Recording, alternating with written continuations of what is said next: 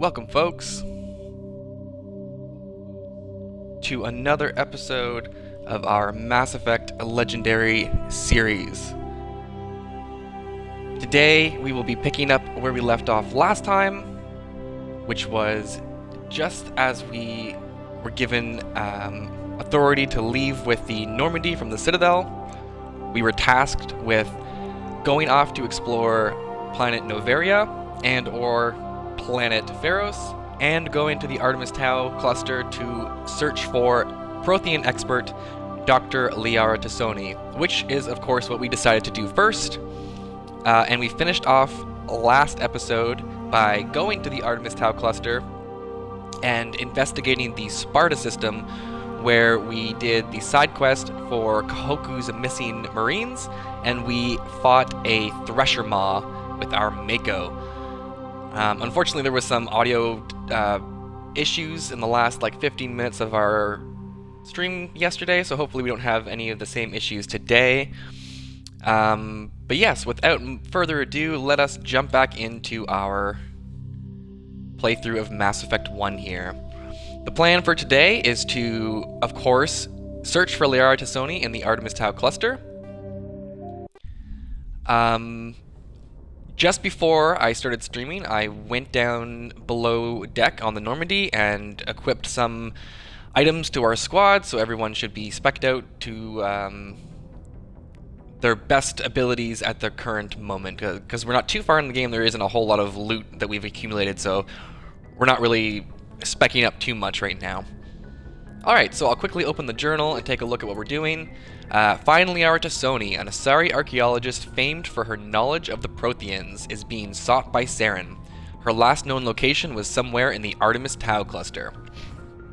Alright, so let's jump into our galaxy map here. And of course we are at the planet Idolis, where we had landed last time, in the Sparta system. Alright, we're going to be as thorough as we generally can be with regard to all of the star systems, but there are some that are connected to side quests that I won't go to until the side quest kind of prompts me to, if you will. So I've kind of got it all mapped out in terms of what we'll be doing when we'll be doing it. So if you're ever wondering why isn't this side quest happening now, or why aren't you go explore this when you're right there, it kind of comes down to the pacing in which I've thought out how we're going to go through this playthrough, I guess. Alright, and the first thing we do, of course, is scan the solar system for asteroids and the like. So we will survey this metallic asteroid. Heavy metals surveyed. Scans of this large asteroid field have revealed several deposits of platinum. Alright, we'll take that. And of course, I will be going to every planet in search for the collection side quests for the Prothean data discs, the matriarch writings, the Turian insignias, and the Solarian medallions, as well as the asteroids for gases and metals and so forth. Medallion recovered. Scans of the asteroid field in the Gnosis system revealed some strange readings. Upon closer inspection, Navigator Presley discovered the remains of an abandoned Solarian fighter. The only thing of interest on board was a League of One medallion. Alright. Another medallion for us. And let's take a look at some of these planets. Zakros. Zakros is a terrestrial world with a nitrogen-methane atmosphere containing trace amounts of hydrocarbons. Its frigid surface is mainly composed of water ice and hydrocarbon slush. Most of the surface is not solid enough to support the full weight of a landed ship. If approach is necessary, use shuttles or keep the ship's mass effect envelope up. Cool. Alright, we'll take another look at Arcanes. A small hydrogen-helium gas giant, Arcanes has been developed as a full-featured, if modest, stopover for ships hauling refined materials from Therum. In addition to a powerful magnetic field to dump drive charge, Arcanes has a large automated infrastructure of helium-3 refining and deuterium mining on its many water ice moons. Survey, we got a gas deposit, large concentration of nitrogen. Alright. On to Phaistos.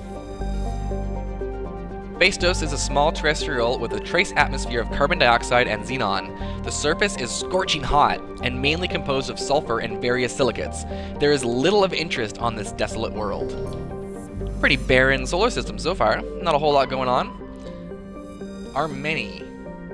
Armeni is a terrestrial world with an unusually thin atmosphere of krypton and xenon. Its surface is composed of silica with deposits of carbonaceous materials. The initial flyby probe of Armeni detected multiple areas at the equator with oddly regular surface protrusions.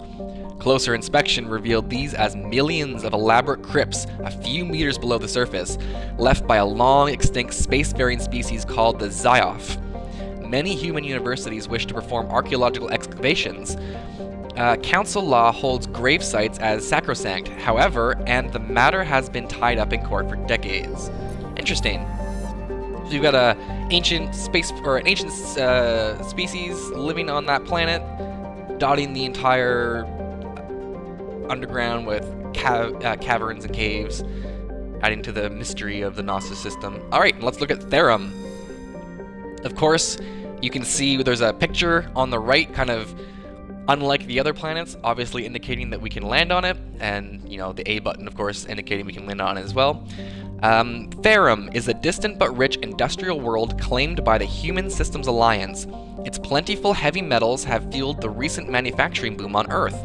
Core samples rich with the fossils of simple silicon-based organisms indicate Therum was more habitable in the past than it is at present.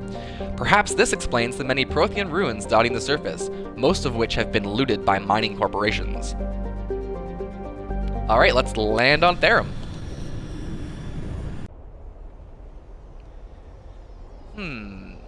For our Therum mission, I am thinking we should take Tally for our tech strength, and I'm thinking Erdnot Rex would be fun.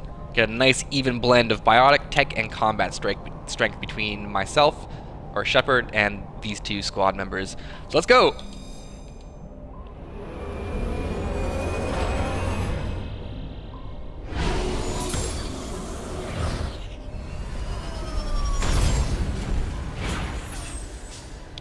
Touchdown on Therum. Nice, nice. Commander, I'm picking up some strange readings. Really strange, like off the damn charts. It looks like it's coming from an underground complex a few clicks away from the drop zone. One thing I've really appreciated about the Legendary Edition is the extra detail added to these barren worlds. Therum just looks so much more vibrant in terms of color, in terms of just like even its desolation, which is almost an oxymoron in and of itself, something being more vibrant in its desolation and emptiness. But like just the lava and the sun and the fog and the embers flying around in the sky really kind of add to the tone of the world. And of course that Therum soundtrack is always nice. Alright, so we're going to mosey onward through this volcanically active planet and see what we can see.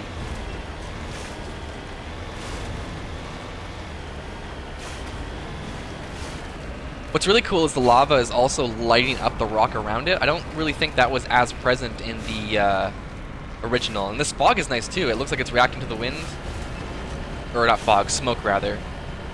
Really kind of adds to the overall atmosphere of the place. We'll just boost forward here.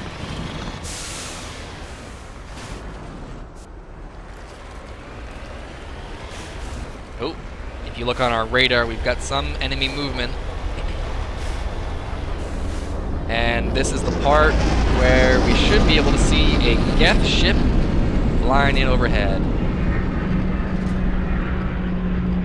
I'm quite impressed with the Geth, honestly, in Mass Effect 1. They've really kind of... It looks like they've synchronized the design and the art style of the Geth from the rest of the trilogy into the first game, because there was quite a bit of a... kind of a redesign, if you will, when you went from Mass Effect 1 into Mass Effect 2, in terms of a lot of the color palettes and things like that with most of the game, honestly.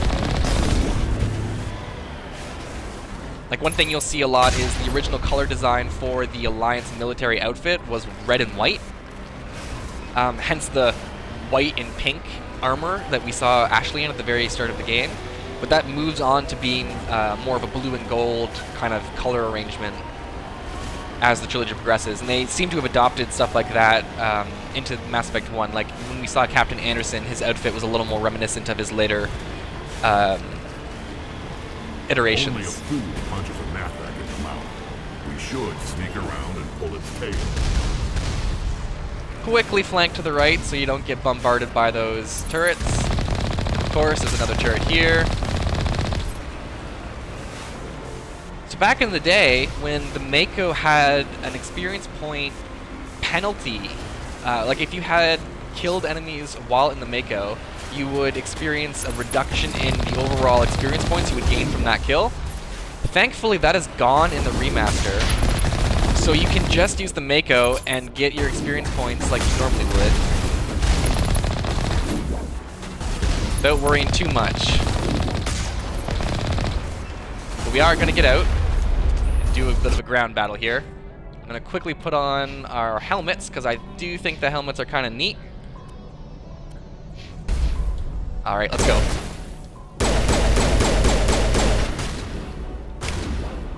Alright, Tally and Rex both have shotguns. Let's give Rex machine guns, so he's got a bit more range. Let's see here, we've got AI hacking. Let's hack that guy. Oh, I think we missed. Alright, what's interesting is jumping from one playthrough to another. I'm playing more of a tech specialist. I'm playing the Infiltrator on my single, or on my off-stream playthrough. So having all the biotic abilities as a Vanguard here in this playthrough is quite different than what I guess I'm currently used to.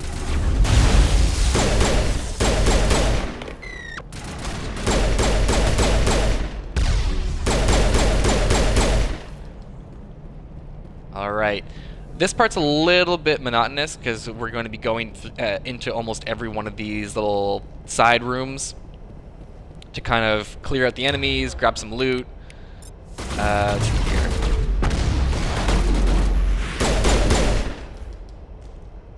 Good thing we took cover there.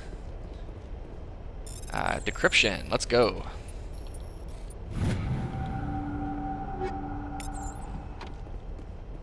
So the reason I come into this little hut is to open the gate, and I open the gate so as to be able to get the experience points for the turret kills. So if we take out all 3 turrets that are out front here that we dodged at the beginning when we turned right, we should be able to get a little handful of extra experience points that'll help us along our journey. The trick now is to just run across and not get hit by a turret. And there we go, into the Mako.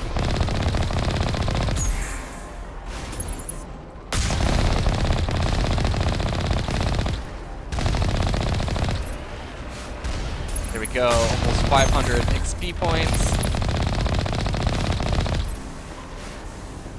I think it's absolutely hilarious to have this, like, giant truck hopping to dodge missiles, though it is one of the most satisfying things in the game in terms of feeling competent in what you're able to do. Alright, upgrade kit, we got some ammo. Apologies if I'm not spending enough time looking at what it is I'm looting. I'm just so used to playing the game in such a way that I only really look at my mass of loot when I'm going to spec out my squad, because you're constantly picking up, say, like, incendiary rounds level 1. Well, if you pick up incendiary rounds level 1, you're going to pick up level 2 eventually as well. So you don't need to read, you know, just be aware of that all the time kind of thing. I think this one is actually empty. Yeah. My bad. Let's see what the squad has to say. I've searched many generations for a world to call home. If we land it here, we'd just keep searching. Living with rocks, dirt, and lava. Reminds me of home. Two completely different takes on Therum. One saying we would never live here, and one saying this is just like home.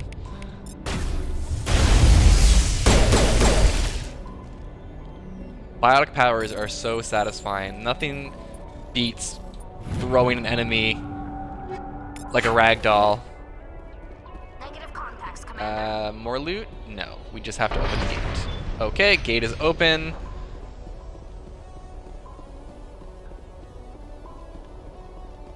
And we can move onward. Into the Mako we go, in through the gate that we just opened.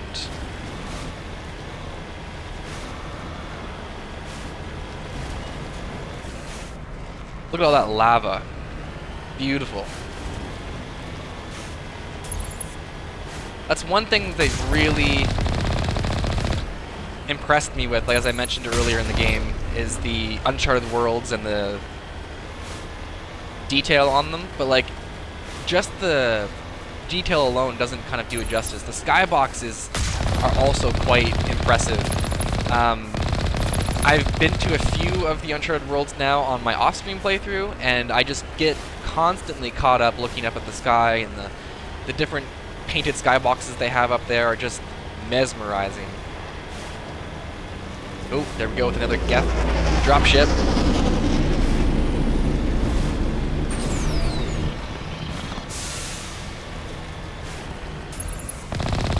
The pacing is so much better now that you don't have to constantly get out of your Mako. Like what I used to do in the original is run over an enemy like that, get out, then take them on.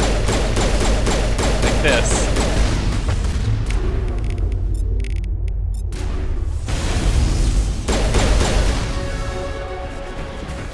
But we don't need to do that anymore. We can just have fun in the Mako, causing all kinds of destruction.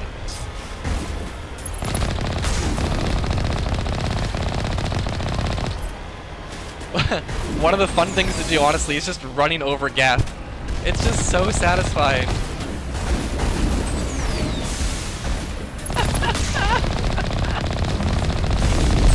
Oh, and here we go. This is the larger variant of the enemy we were just fighting. This is the Geth Colossus. I think it's the bigger, tougher enemy of the Geth enemies that we'll face. Ooh, overheated our weapon. Get him! That ragdoll physics is just so amazing.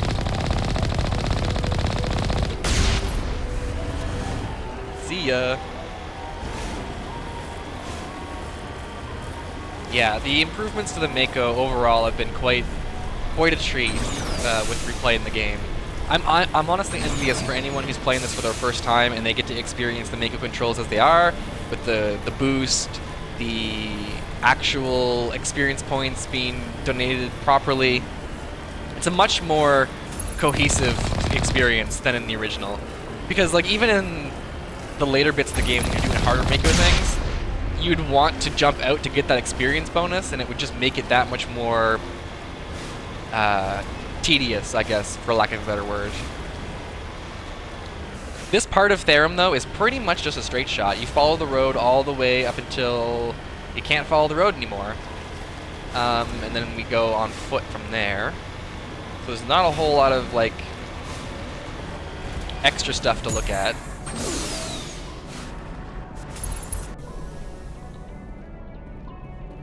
Wow, that was an interesting visual bug.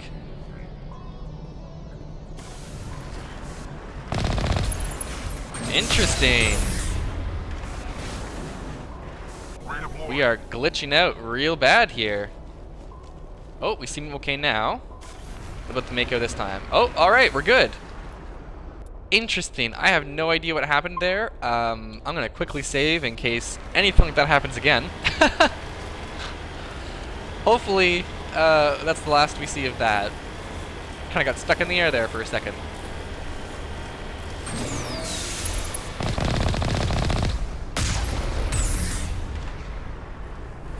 Oh yeah, a little rocket jump. I do wonder, with the boost jet on the Mako, you are technically going faster in the Mako than you ever could have in the original. And one of the things with Mass Effect 1 is that they designed the game and its sections in such a way, like this long corridor we just drove through, is really designed in such a way so that they can streamline the loading process of the assets in the world, so this part of the map could be loaded in. It's kind of the same concept. Hey there, Geth. It's kind of the same concept with the elevators in the Citadel, where you go into this area that kind of obscures all sight so it can load in the next area and makes it the illusion of traveling.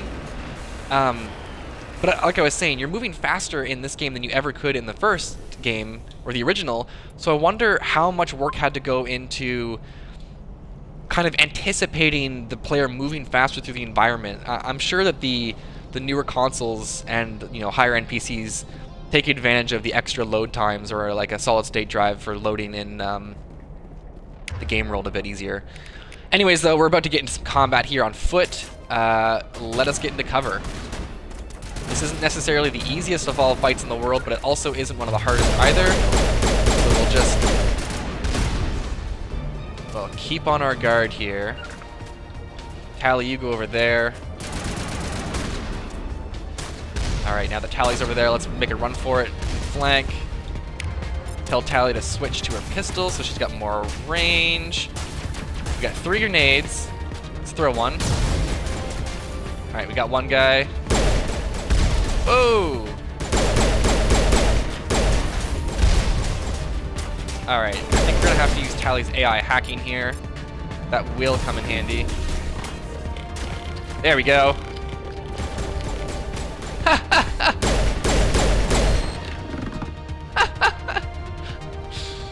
Oh my god. Alright guys, let's go.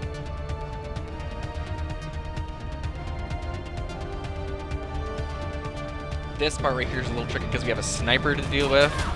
And there's the sniper you can see by the red light. Ooh. Alright. Throw another grenade. Oh, we missed that time. Alright, let's see if we can get Rex down there.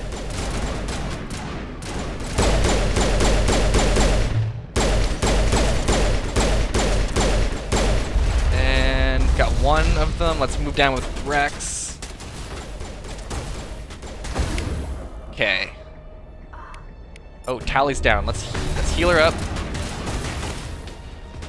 Let's get Tally right here with us. Let's put on a barrier so we're not too exposed.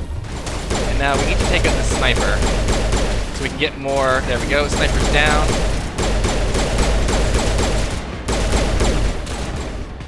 Okay. Throw a grenade up at this guy. Let's see what we can do. Nice. Oh, God. All right, let's heal. We've got AI hacking again. Let's see if we can use it. Actually, no, let's use overload, and then we'll throw them.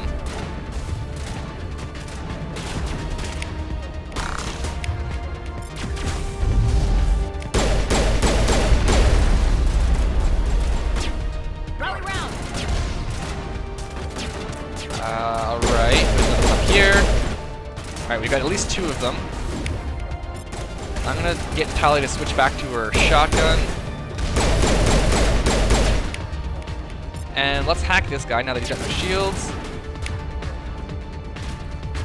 Come on, Tally, hack him. Oh wait, no, I guess he's down, okay.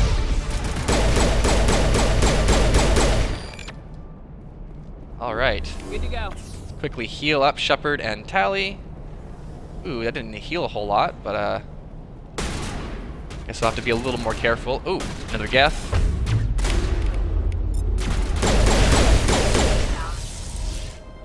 Alright. Should be like a item kit or something around here. Maybe not. I could be mistaken. You got more Geth though. Whoa!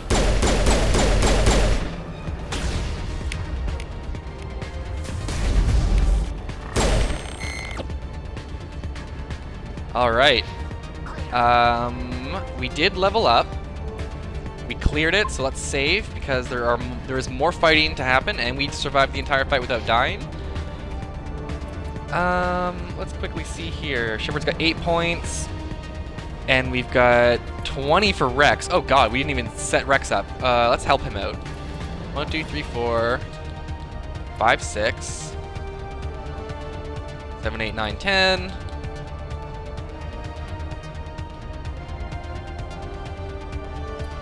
Alright, there we go. Rex is a little more viable now. and Tally will likely have to have the same happen to her. She's got 8 points. Let's increase first aid so our healing actually does a bit more. We'll get damping, so damping actually increases the radius in which tech proximity mines shut down enemy tech and bio abilities. So things like decryption and hacking will be more effective or will have a wider range to them. Let's get some more Quarian Mechanist in there, and we'll do pistols so we can start working on the shotgun. Alright, Shepard also has 8 points. We will invest those into adrenaline or assault training, which lets us access tactical armor, giving us access to shield boost. Let's see here. We're also going to want to eventually get lift, but we also want shotguns for carnage. So let us unlock shotguns. And that'll be that for now. We did just save. We'll quickly save again so we don't have to respec in case we do unfortunately meet our demise. But let's go.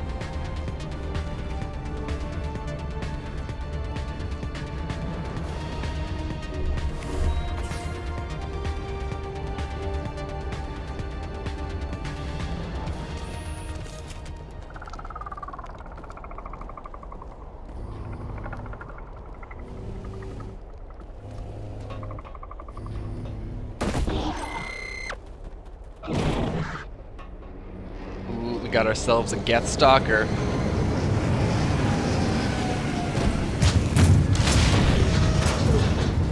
And a Colossus.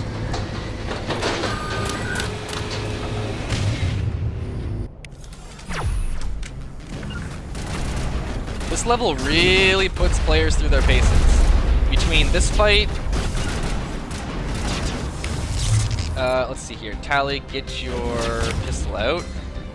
A lot of what we're going to do here is going to rely on Tally's tech abilities to take out these stalkers.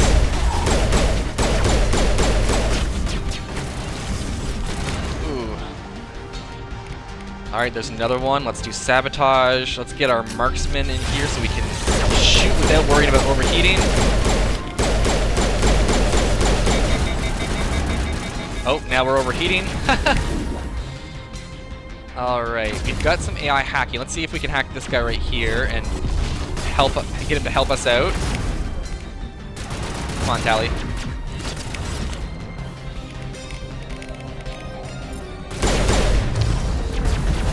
Oh! And just like that, we've got our very first death. By a sniper, no less.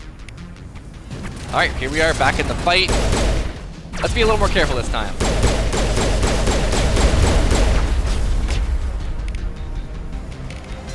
Let's see, let's see.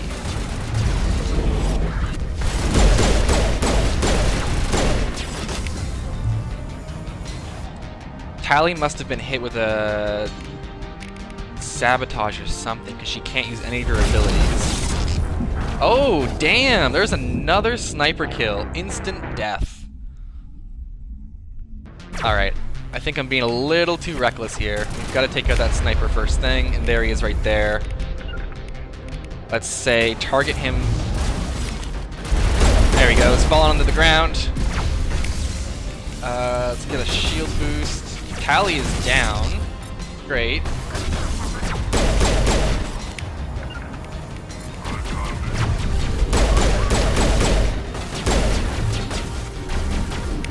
Oh god.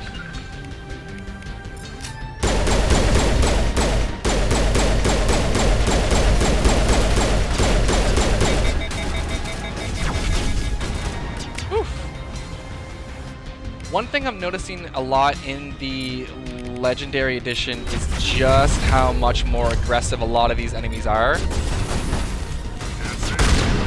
They'll charge you a lot more than they ever did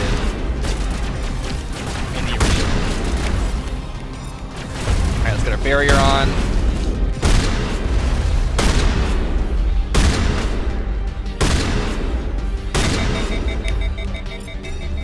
Use Unity and get our team back now that they're both dead. Jesus. Alright.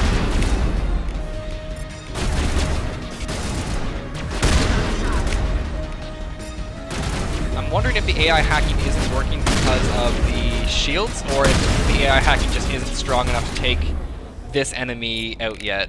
Let's see here. Ooh, that was a sniper aiming at us. Let's not have that happen again. Alright, Rex, you have no shields. Tally has full shields. I see one more of these little jumpy dudes. Whoa! Alright, so now we've got a sniper way in the back. See if I can focus on him.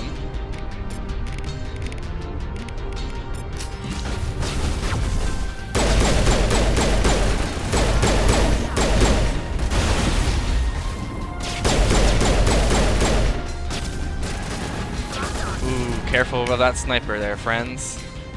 Tally should not be using that weapon. Let's get Tally using her shotgun like she should be. Alright, sniper in the back is down. He should have been down much earlier, to be quite honest. We need this guy gone, though, now.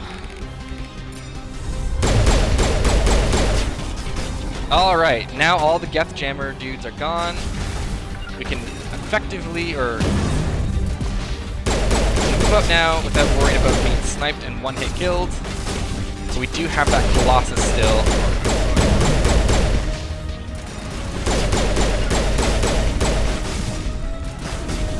Alright, there seems to be one more Geth as well as the Colossus here. Lost both our squad mates again. Let's bring them back. Alright, let's use Sabotage to stop him from firing so much.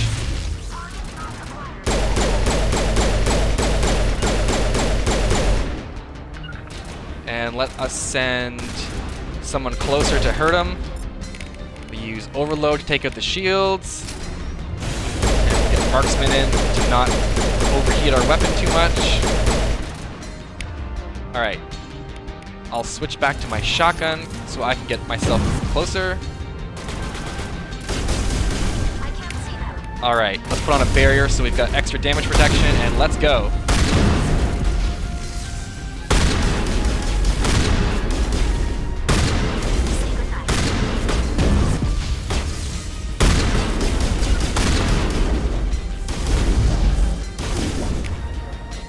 Okay, we are almost done with this guy. Nice! Alright. Took a little longer than I expected, and we died more than I really hoped we would, but we did it! And then that Geth, of course, was trying to hide. Alright, let's move into the tunnel now.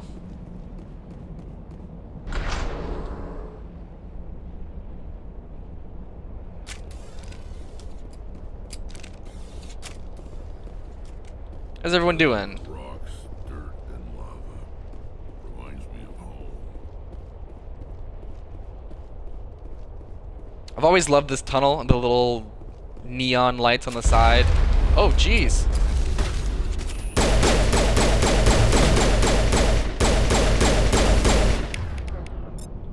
See if we can get him hacked.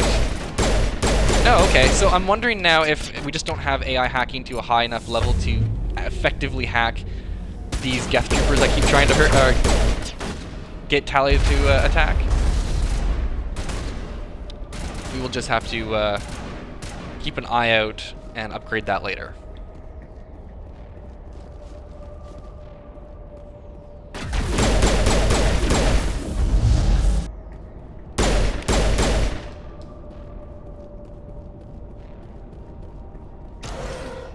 It looks like this cavern formed around the ruin after it was built.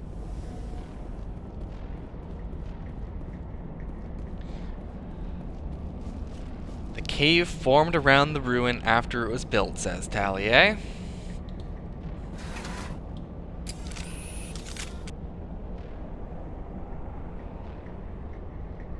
I love the Krogan helmet. It looks so badass. Oh, it's almost a shame we don't get to see Rex's really cool face. I kind of, you know what? Let's. Rex doesn't need a helmet. There we go. Hey, Rex. All right, let's move on.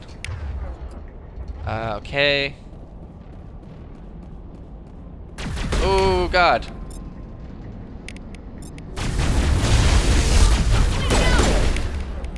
Oh, no. Wow, that was close. I got stuck on something and almost died again. Alright.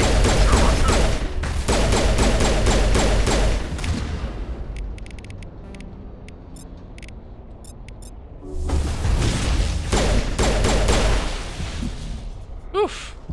Sterile white. Protheans sure build things homey.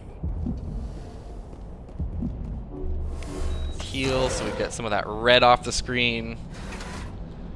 Alright, we're a little squishy. We're a little squishier than I would hope that we would be at this point in the game. But there does come a point when you are anything but squishy and you can basically take on anything with a couple shots of a pistol.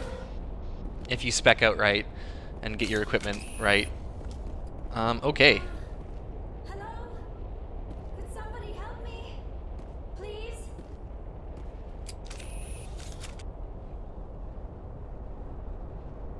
Can you hear me out there? I'm trapped. I need help. Are you okay? What happened to you? Listen, this thing I'm in is a Prothean security device. I cannot move, so I need you to get me out of it, all right?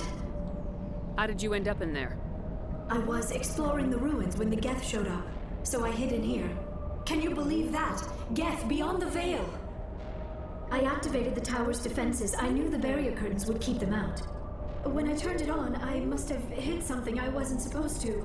I was trapped in here. You must get me out, please! Your mother is working with Saren. Whose side are you on? What? I am not on anybody's side. I may be Benezia's daughter, but I'm nothing like her. I have not spoken to her in years. Please, just get me out of here. We just need to figure some way past this energy field. It's a Prothean barrier curtain. I knew it would keep me safe from the Geth. When I turned it on, I must have hit something I wasn't supposed to. I was trapped in here. You must get me out, please. Jeez, such a range of extremes here. Stay calm, or you brought this on yourself. A bit of victim blaming there from Shepard, I think. Let's just go with the stay calm We'll find route. some way to help you. There is a control in here that should deactivate this thing. You'll have to find some way past the barrier curtain. That's the tricky part. The defenses cannot be shut off from the outside. I don't know how you'll get in here. Be careful. There is a Krogan with the Geth. They have been trying different ways to get past the barrier. Alright, we have our next objective. Find a way past the barrier curtain so we can save Liara. Okay.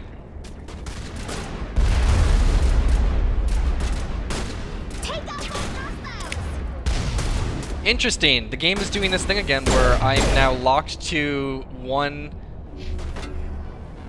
angle and I can't look at any other angle. As I rotate, it's just stuck. Oh, there we go. Huh.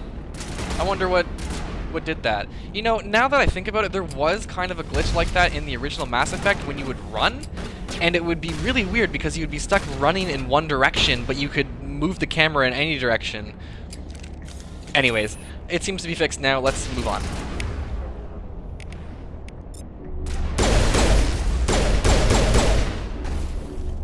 I think there are more snipers here if I'm not mistaken, so we've got to be careful. Rex, you have no shields, and there's not really any cover here either.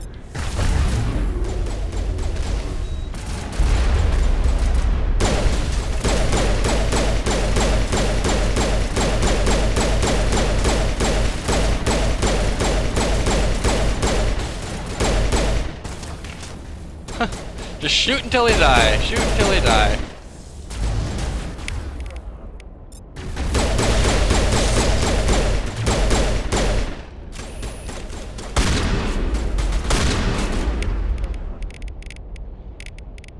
Warp doesn't really do like this right here. Warp doesn't really do a whole lot on shields. If anything on shields. Oh, that's actually a sniper. We've got to be careful with him. All right. I think that might clear this area of Geth.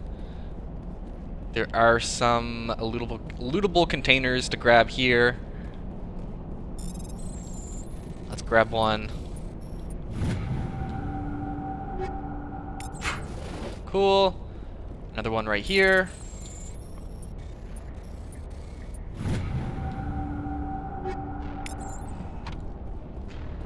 Another one. I do appreciate that those actually open. The loot lockers actually open and once you've hacked into them. That's a nice little touch. Do appreciate it. Unnecessary, but appreciated. We'll save again, because who knows if we'll die. Better be safe than sorry. Alright, so here is the mining laser controls, and this puzzle is very much just like the artificial intelligence that was funneling credits on the Citadel. It's that same kind of puzzle. I think it's like AXA, no? AXBYX. There we go. AXBYX. It's the same as it was in the original.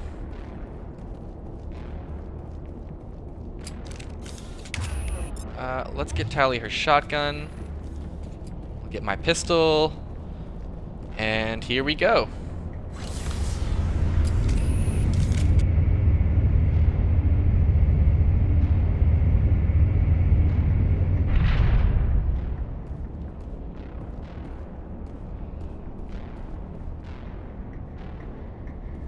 Oh, how did you get in here?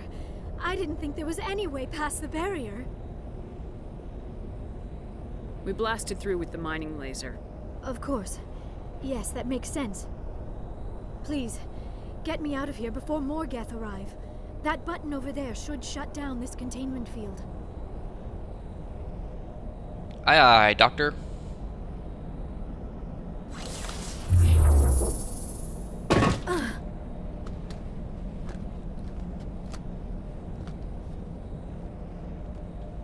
Any idea how we get out of this place?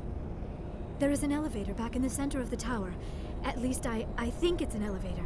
It should take us out of here. Come on!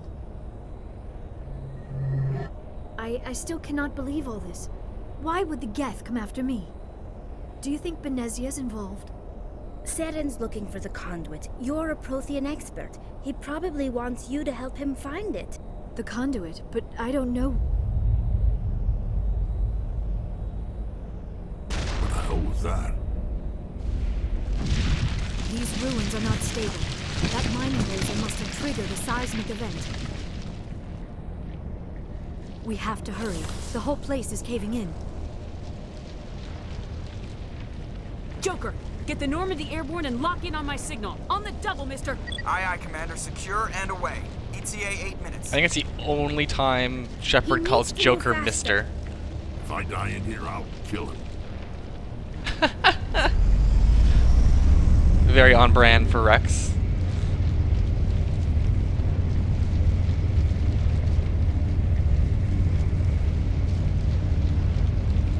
Up the elevator we go. Into one of the most infamous Mass Effect 1 fights. Actually, infamous fights in the entire trilogy, to be quite honest. Apparently this fight was dialed down in the Legendary Edition. I didn't have too much trouble with it when I first played through it Surrender. off stream, Or don't. but we'll see how this Have a goes. little fun. In case you didn't notice, this place is falling apart. Exhilarating, isn't it? Thanks for getting rid of those energy fields for us. Hand the doctor over. Whatever it is you want, you are not getting it from me. We don't have time to deal with this idiot. Charge! I like your attitude. They also added this brick right here. Not brick, but this cover right here. That was never there before.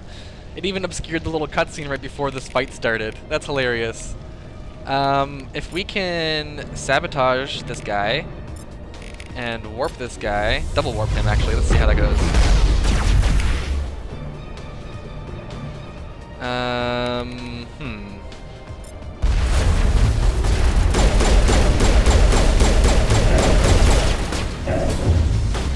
So one thing to keep in mind with this fight is you want to stay away from the steam vents, which are kind of where the Geth are walking right now.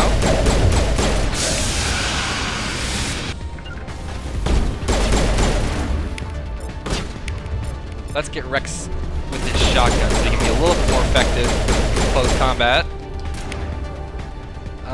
Oh, hey guys, look at that. They're both just hanging out with me here on the cover.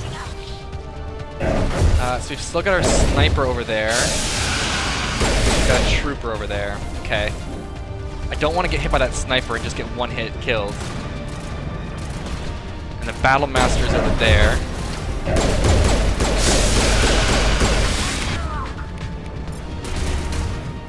Yes, okay, cool. We have that sniper hacked. That should draw out the other enemies. Alright, cool.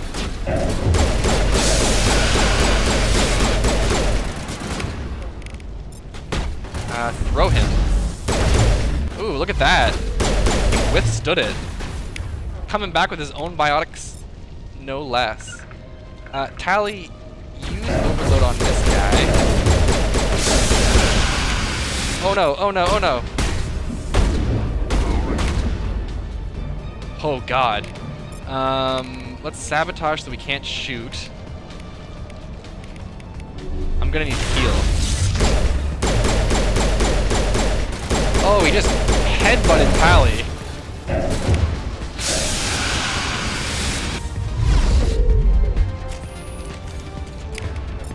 Let's get Tally back.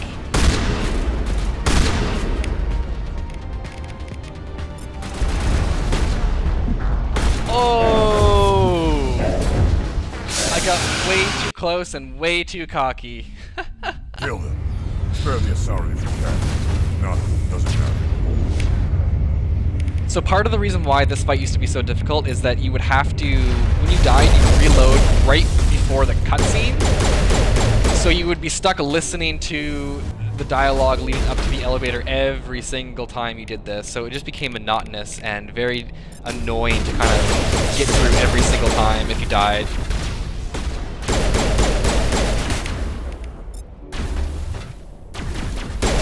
Okay, so we can't take this guy with hacking, now that I know.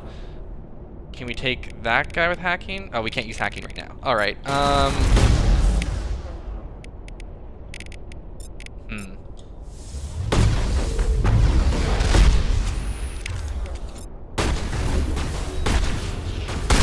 Oh, God! We are absolutely surrounded. This does not look good.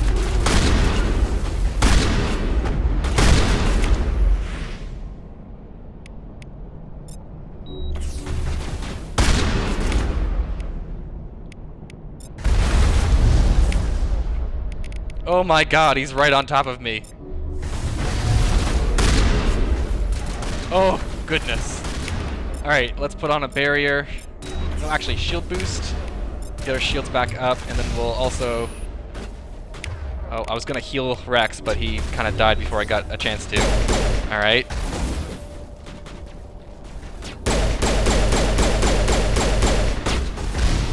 Not doing so great in the combat this time. Vanguard is a little trickier, a little squishier than I had hoped it would have been. It's okay though, we'll eventually get through this, I promise.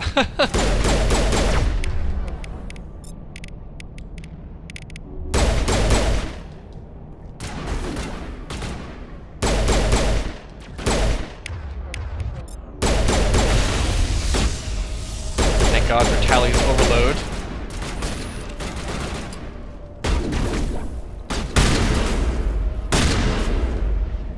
Thank God.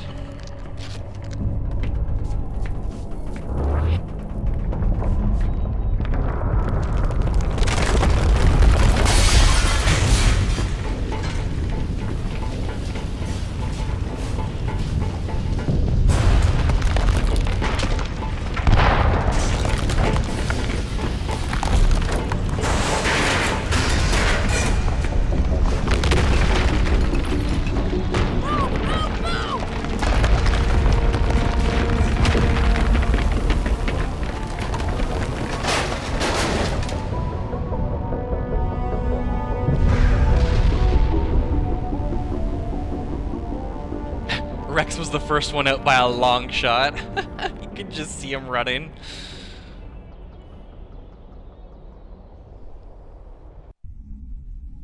Too close, Commander. 10 more seconds we would have been swimming in molten sulfur. The Normandy isn't equipped to land in exploding volcanoes. They tend to fry our sensors and melt our hull.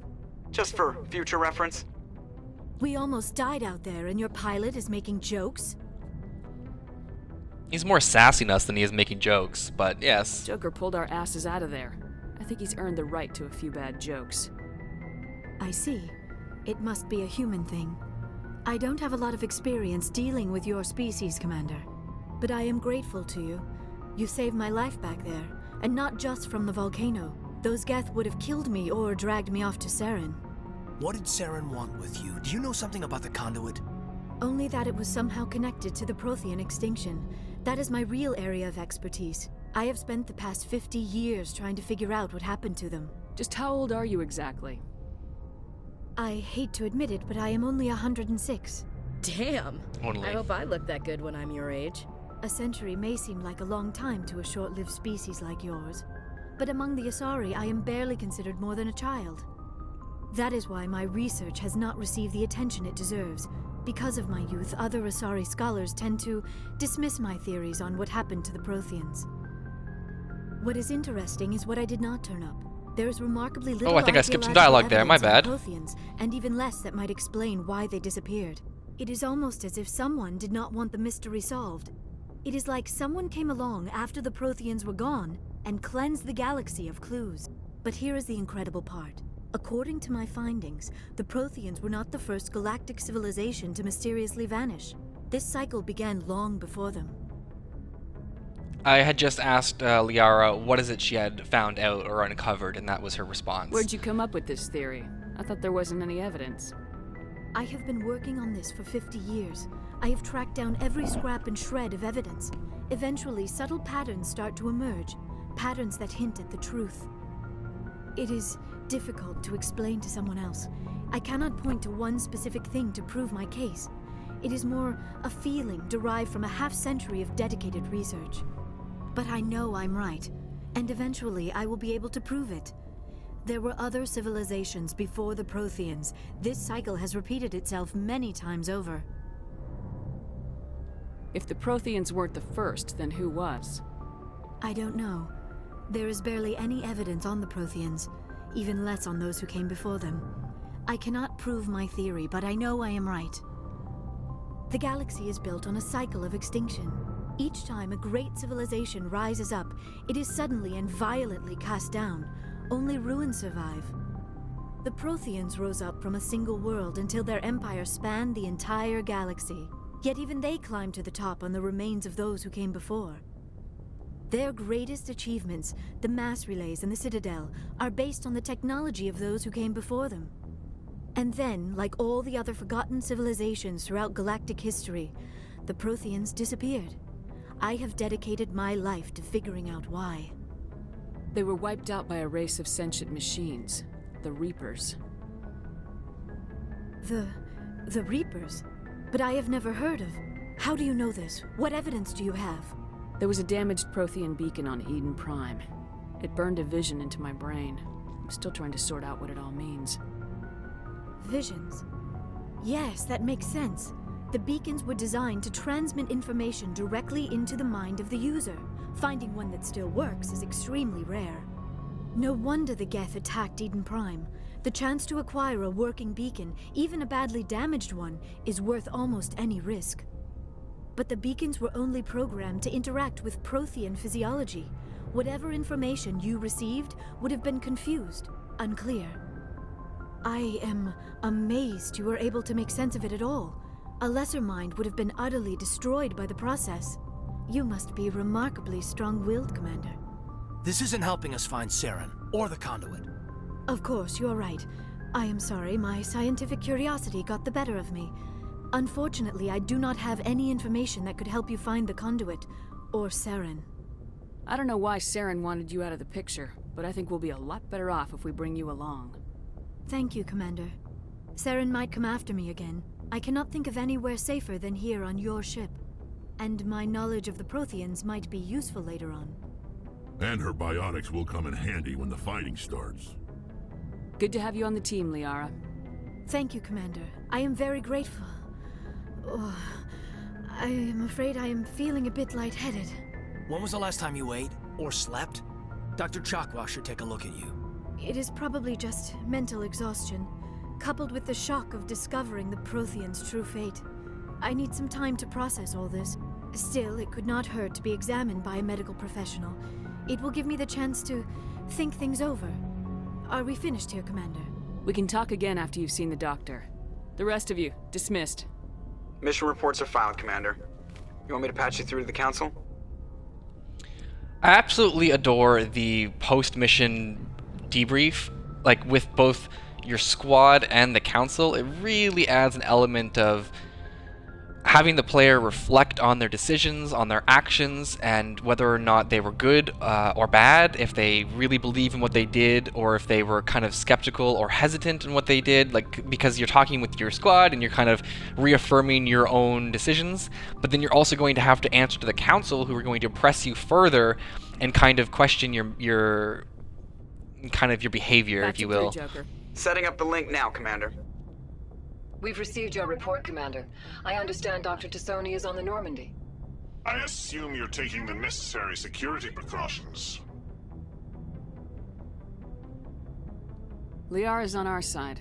The Geth were trying to kill her. Benezia would never allow Saren to kill her daughter. Maybe she doesn't know. Or maybe we don't know her. We never expected she could become a traitor. At least the mission was a success. Apart from the utter destruction of a major Prothean ruin. Was that really necessary, Shepard? And of course, you can always disconnect from the council if you so desire. They aren't too fond of that, of course, as you would expect. We're not going to be hanging up on them. We're going to be diplomatic as much as possible. The Geth were crawling all over those ruins. We were lucky to make it out alive. Of course, Commander. The mission must always take priority. Good luck, Commander. Remember, we are all counting on you.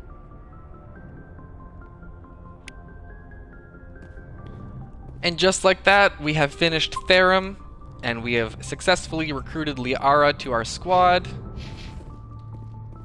At this point in the game, I like to go through the Normandy and talk to all of our companions, including Joker. He always has something to say after you've done a major quest on a planet. It's usually just one offhand line, and you can walk away and leave afterwards, so let's see what he has to say. I prefer gold to silver, for my medal. I figured you'd recommend me for one since I pulled your boots out of the fire. If we present you with a medal, you'll end up sitting on stage listening to politicians make speeches for a couple of hours. That's a good point. They'd probably make me shave, too. I spent the last 7 weeks working on this baby. No medal's worth that. So, Commander, why don't you tell me why you're really here? I have to go. And then you just leave. Alright, see ya. But you get a bit of dialogue with Joker, and then usually you have a codex that you can click on here at the gunnery station. You can look outside at any of your major quest locations, I do believe is how that works. There's also another one here. And then we will also be talking to Presley real quick, because we did not ask him about his personal life. We will do that Commander? this time. How did you end up assigned to the Normandy? I signed up with the Alliance as a navigator right out of school, following in my grandfather's footsteps, I guess. My first posting was on the Agincourt. We were at Elysium during the Skillian Blitz. A massive fleet of alien raiders hit the colony, trying to wipe it out. They had the numbers, but their ships were no match for an Alliance frigate. It was a slaughter. We couldn't even keep track of how many ships they lost.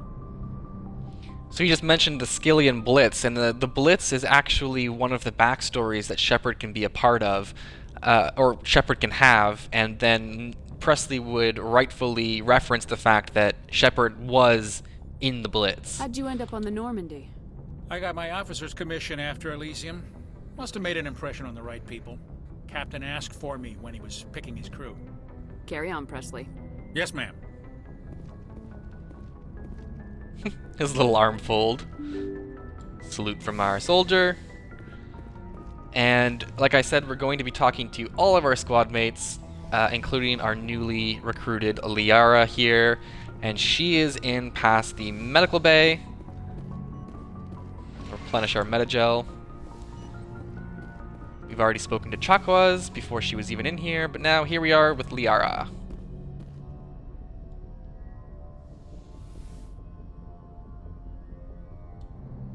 Commander, are you coming to check up on me? So, I'm going to preface this pretty clearly. Liara is my canon romance interest for my female Shepard playthrough. When I play through the Mass Effect trilogy as FemShep, I tend to align her with Liara and kind of let them experience the trilogy together without saying much more. So we are going to be playing in a manner that it kind of agrees with Liara, so we're going to romance her as opposed to any of the other characters. As my male Shepard, I kind of go a little more willy-nilly. I won't say too much for anyone who's maybe experiencing Mass Effect for the first time, so we'll just go from here. You look much better. How are you feeling? Dr. Chakwas assures me I am going to be fine. I was impressed with her knowledge of Asari physiology. Hey, Chakwas is the absolute best, You're you know? in good hands. Dr. Chakwas knows what she's doing. I never properly thanked you for saving me from the Geth, Commander. If you hadn't shown up... I'm just glad we got there in time. So am I. I know you took a chance bringing me aboard this ship. I have seen the way your crew looks at me. They do not trust me. But I am not like Benezia. I will do whatever I can to help you stop Saren. I promise. Don't worry, Liara. I trust you. I know you won't let me down. It means a lot to hear you say that, Commander. Thank you. I think what bothers me so much about Mass Effect 1's romance in particular, I'll say, and more specifically Liara's romance, is the line we just went through, where we just met Liara, we just saved her, we've barely spoken to her, and now Shepard's already saying, you know, like, don't worry, I trust you, I know you won't let me down. And I mean, like, you know, give someone the benefit of the doubt, sure, but like, it's a little over-trusting, if you ask me. But let's continue the conversation Tell here. me about yourself, Liara. Me? I am afraid I am not very interesting, Commander. I spend most of my time on remote digs, unearthing mundane items buried in long-forgotten Prothean ruins. Sounds dangerous. And lonely. Sometimes I would run afoul of indigenous life forms or stumble across a small band of mercenaries or privateers. But I was always careful, until the Geth followed me to Artemis Tau. I never found myself in any situation my biotics could not handle. As for the solitude, well, that is one aspect that most appealed to me. Sometimes I just need to get away from other people. I hear you, Liara. I hear ya. You don't like other people? I suppose it comes from being a matriarch's daughter. People expected me to follow in Benezia's footsteps. They wanted me to become a leader of our people. Matriarchs guide their followers into the future. They seek the truth of what is yet to come. Maybe that's why I became so interested in the secrets of the past. It sounds so foolish when I say it out loud. It sounds like I became an archaeologist simply to spite Benezia. All children rebel against their parents. It's a natural part of growing up. Aha, you share the wisdom of the matriarch, Shepard. That is exactly what Benezia said when I told her of my decision. But there was more to it than that. I felt drawn to the past. The Protheans were these wondrous, mysterious figures. I wanted to know everything about them. That is why I find you so fascinating. You were marked by the beacon on Eden Prime. You were touched by working Prothean technology.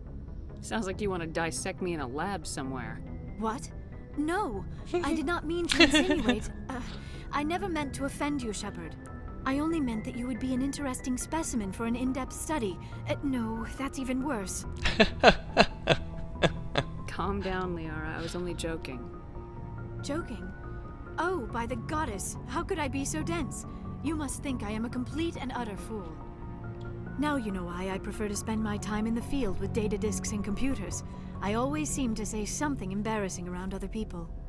Please, just pretend this conversation never happened. We'll see. We'll see. I'd like to know more about the Asari. We were the first species to discover the Citadel.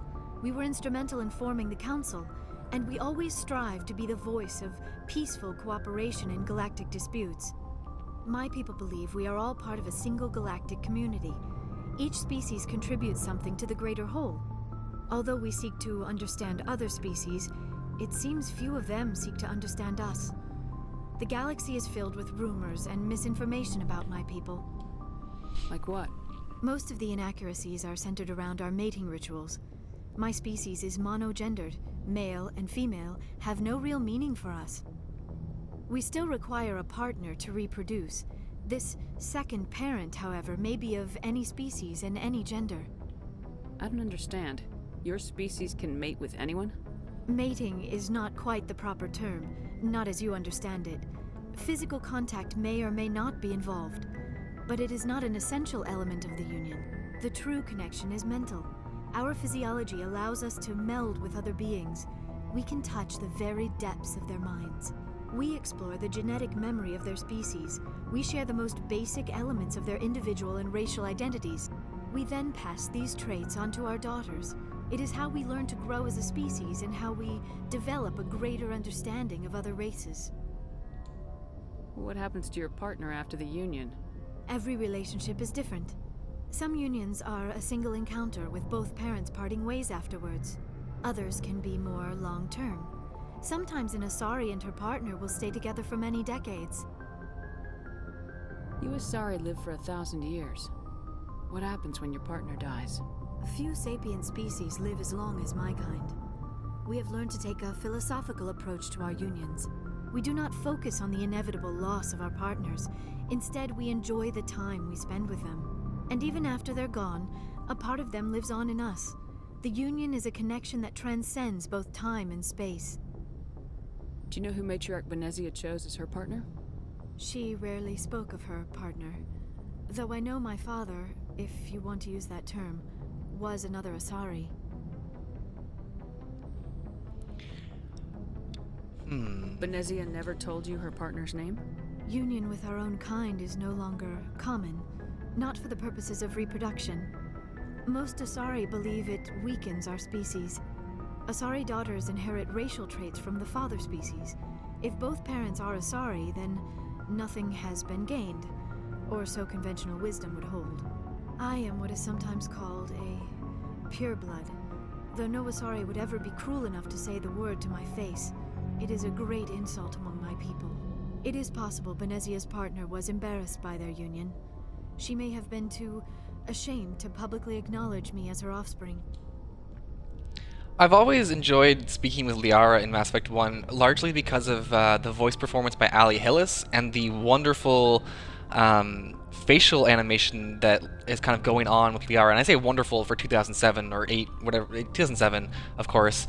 But I mentioned that because creative director Casey Hudson of the Mass Effect trilogy recently tweeted out the other day that early on in the game, after Eden Prime, when you say to Ashley or Caden, depending on Shepard's gender, that it wasn't their fault, and the camera pans to them and you see that character smirk a little bit, like they recognize and are reaffirmed by your acknowledgement, that's when Casey Hudson knew that they had something special and they had something that would work with Mass Effect.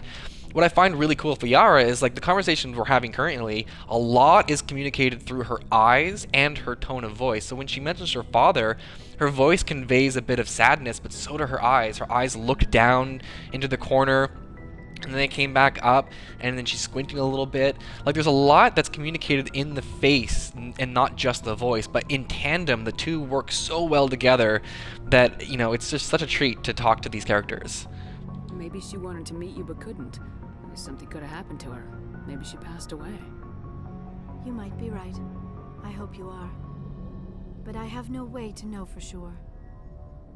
Benezia never spoke of her partner. Whatever happened, it caused her too much pain to dwell on it. She raised me by herself, though that is not uncommon. Many Asari raise their children alone, particularly if the father species is short-lived. Often the partner will pass on long before the child reaches maturity.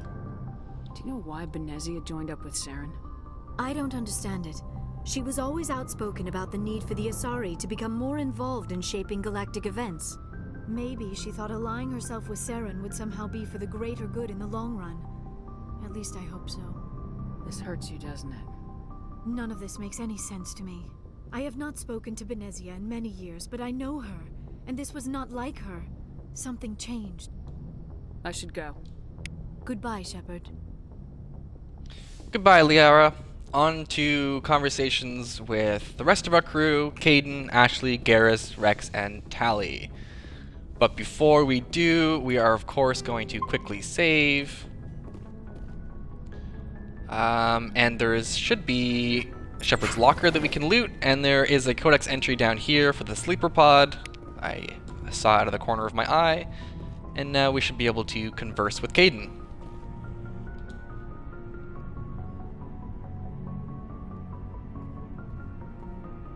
Commander, do you have a minute?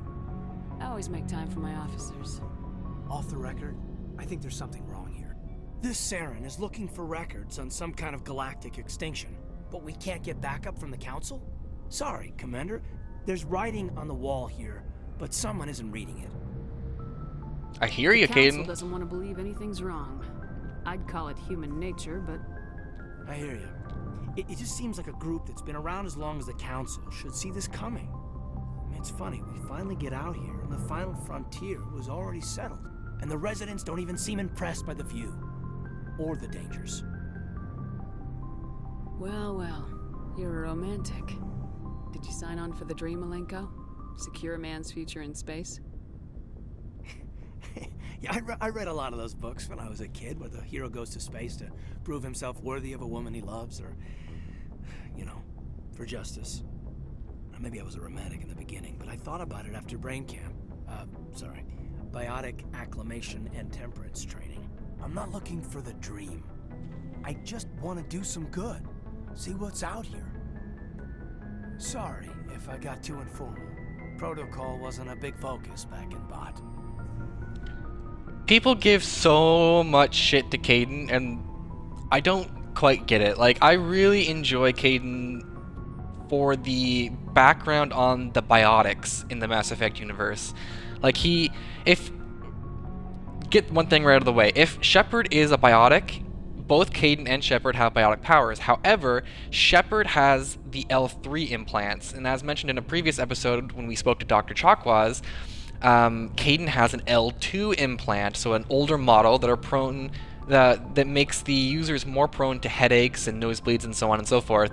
Less stable, less reliable implant. So I really enjoy kind of the experience that Caden brings to the fold about his relationship with biotics and his relationship as a human Alliance soldier with biotics. So we talk about Bot right here. We're going to inquire further, and I don't know, it just seems so much more interesting to me than all like the personal stuff that Ashley gets into about her family. I don't know, that's just a personal choice though. What do they train you for?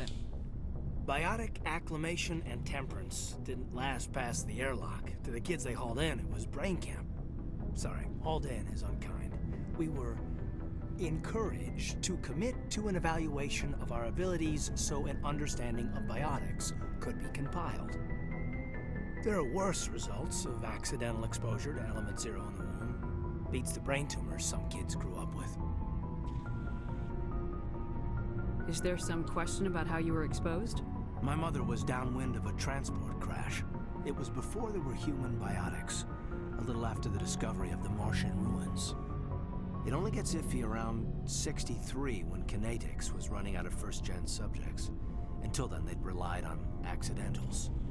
A bunch of guys in suits show up at your door after school, and next thing you know, you're out on Jump Zero. You know of any intentional exposures for certain? No one knows. Doesn't mean they didn't happen. As big as the exposures were, it was hard to track down accidentals. It was different then. No one knew the potential, so there wasn't a lot of regulation. Anything Kinetics did was gold. I'm not saying they intentionally detonated drives over our outposts, but in retrospect, they were damn quick on the scene. There were other kids in the same boat, right? At least you weren't alone out there. That's true. We did have a little circle that'd get together every night before lights out. We didn't have much to do, though. It was a research platform then, and Kinetics kept Jump Zero off the extranet to prevent leaks. Then you must have had plenty of time to get to know each other. Yeah, we'd sit around and bull every night after dinner, play cards or network games. There was this girl named Rana who had a little circle grow up around her. She was from Turkey. Her family was very rich, but she was smart and charming as hell. Beautiful, but not stuck up about it. Like you, I guess. Ma'am. Sounds like she was special to you. She was. Maybe she felt the same. But things never felt together. Training, you know. Jump Zero is Gagarin Station, right? What's it like? Yeah, that's the official name. Biggest and farthest facility we had for decades. Right on the termination shock, the outer edge of the solar system. It's where they did all the Goose Chase FTL research before we caught on to using mass effect fields. It was a sterile research platform when I was there. Jump Zero's a long way from home. What was it like? The grand gateway to humanity looks a lot better in the vids. Anyway, this was supposed to be a casual debrief, not a bull session about stuff that happened years ago. We have to depend on each other in combat. I like knowing what kind of man I have at my back. I understand, ma'am. I won't let you down. You, make a habit of getting this personal with everyone? So you kind of have to be a little harsh with Caden, or else he kind of assumes you're flirting with him, so... But I don't enjoy it with everyone. We'll talk again later. I'll need some time to process that, Commander. But, yeah, I'd like that. Mass Effect 1 kind of forces you into some romance situations if you're not too careful sometimes, so we'll be a little adamant to not accidentally trigger one. Anything you need, Commander? Beyond the personal input every character can kind of talk about, they also have tactical appraisal or comments on the most previous mission, like story mission that you did. What's your opinion on the last mission? Dr. Tassoni. She seems nice enough. I mean, if you like the bookish sort. Any intentions there, Lieutenant? None, Commander. I prefer adventurous women. Wow. Later, Caden. I'd like that. Little heavy-handed from Caden there. Okay, down into the vehicle bay, where we will find the rest of our squad. Oh yes, I love those fast elevator rides. Commander, how are you? Why did you want to be a C-Sec officer in the first place? That's a good question. There were several reasons, I guess. Like what? Probably the same as most officers. I wanted to fight injustice, wanted to help people.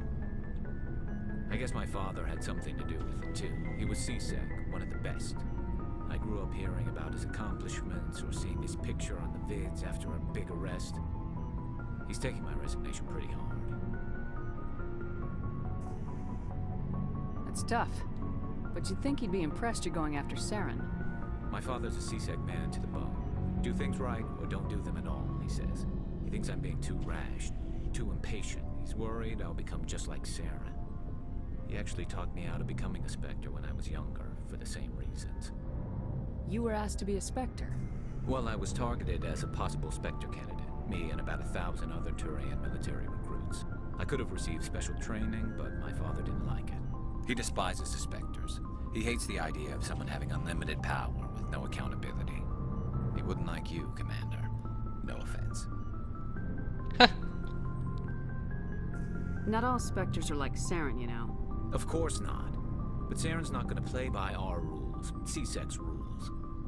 If you want to nail Saren, you need to send someone who isn't restricted by policies and procedures.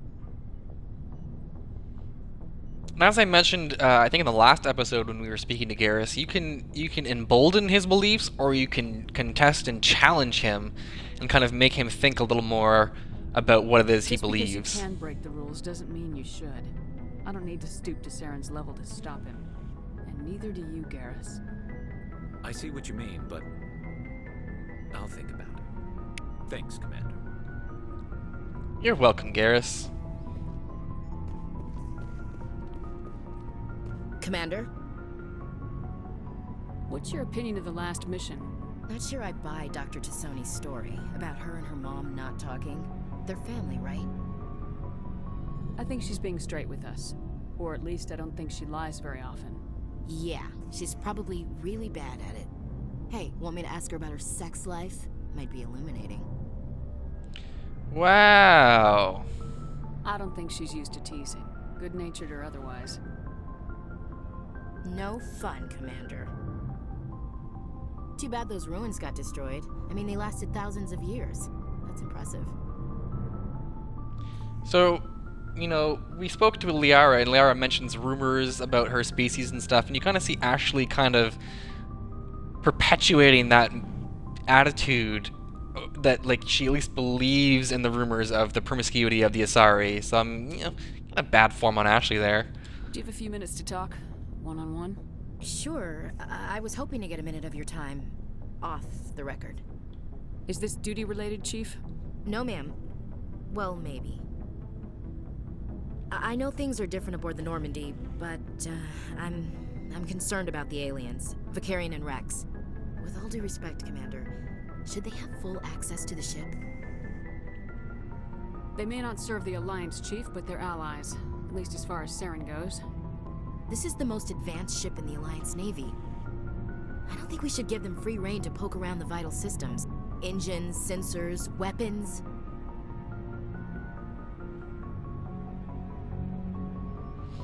I typically go with the you're out of line bit, but let's go with the let's dig deeper here. You don't trust here. the Alliance's allies?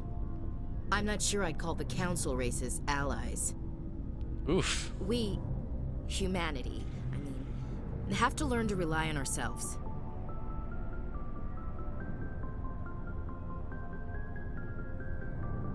Standing up for ourselves doesn't mean standing alone. I don't think we should turn down allies. I just think we shouldn't bet everything on them staying allies. As noble as the council members seem now, if their backs are against the wall, they'll abandon us.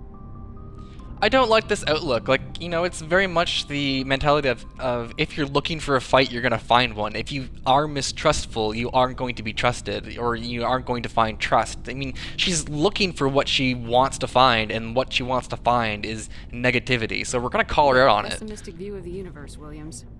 A pessimist is what an optimist calls a realist. Look, oh, get out of if you're here. Fighting a bear, and the only way for you to survive is to sick your dog on it and run, you'll do it. As much as you love your dog, it isn't human. It's not racism, not really. Members of their species will always be more important to them than humans are.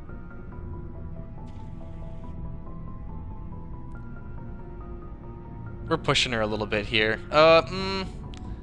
Why do you feel that way? These seem like deeply held beliefs, Williams.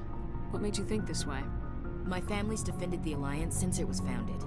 My father, grandfather, great-grandmother, they all picked up a rifle and swore the oath of service.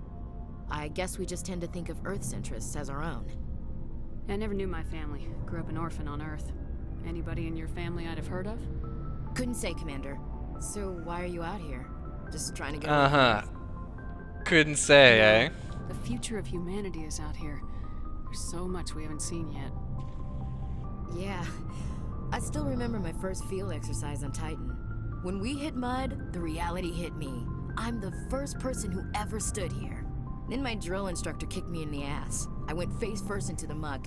He spent the next 5 minutes chewing me out for gold bricking. Don't tell me you had Gunny Ellison. He's the only one who uses that word to describe shirking duty. Oh, Lord. You went to the Makapog boot camp too? Yeah. Gunny Ellison's still reaming out recruits down there. Kicking ass and using words like inveigle and pusillanimous. Pusillanimous. It doesn't sound like you've worked with aliens before. No, ma'am. Mainly I've been groundside, part of the surface garrison forces. I did get a rotation on a space station for training. Every Marine a rifleman, every rifleman ZG certified. That's odd. Your record is spotless and your technical scores are exemplary. You should be serving with the fleet. Anyway, that's why I haven't served with many aliens, Commander.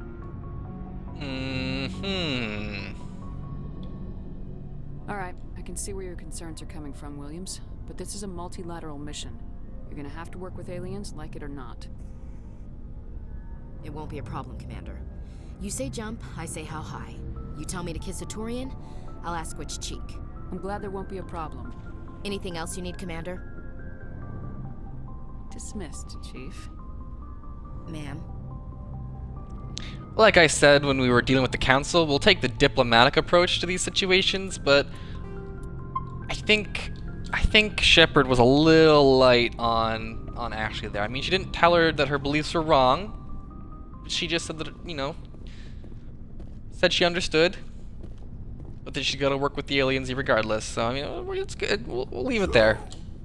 We've got Saren on the run. It won't be long now. Saren's good, but I'm better. Good. He's rotten. To the core. I could tell as soon as I met him. Why didn't you tell me this sooner? I would've if I thought it was important. I think I'd like to hear about it just the same. This was a while ago. A bunch of mercs were bragging about a job out near the edges of the Terminus systems. They said it paid well and the boss was never around to ride them. They said he was looking for more men, too. So I checked it out. I didn't know Saren was openly recruiting mercs. It wasn't that open, and he only showed his face once. We'd been raiding ships in the area for months when we took out this massive cargo freighter. Our biggest haul yet. I was on board checking bodies for valuables, looking for some extra credits. That's when I saw him. What did Saren want with the ship? I don't know what he wanted. He was just moving through the ship, watching. A couple of the mercs called him by name, but he never spoke to them. Never spoke to anyone. I had a really bad feeling about him, so I got the hell out.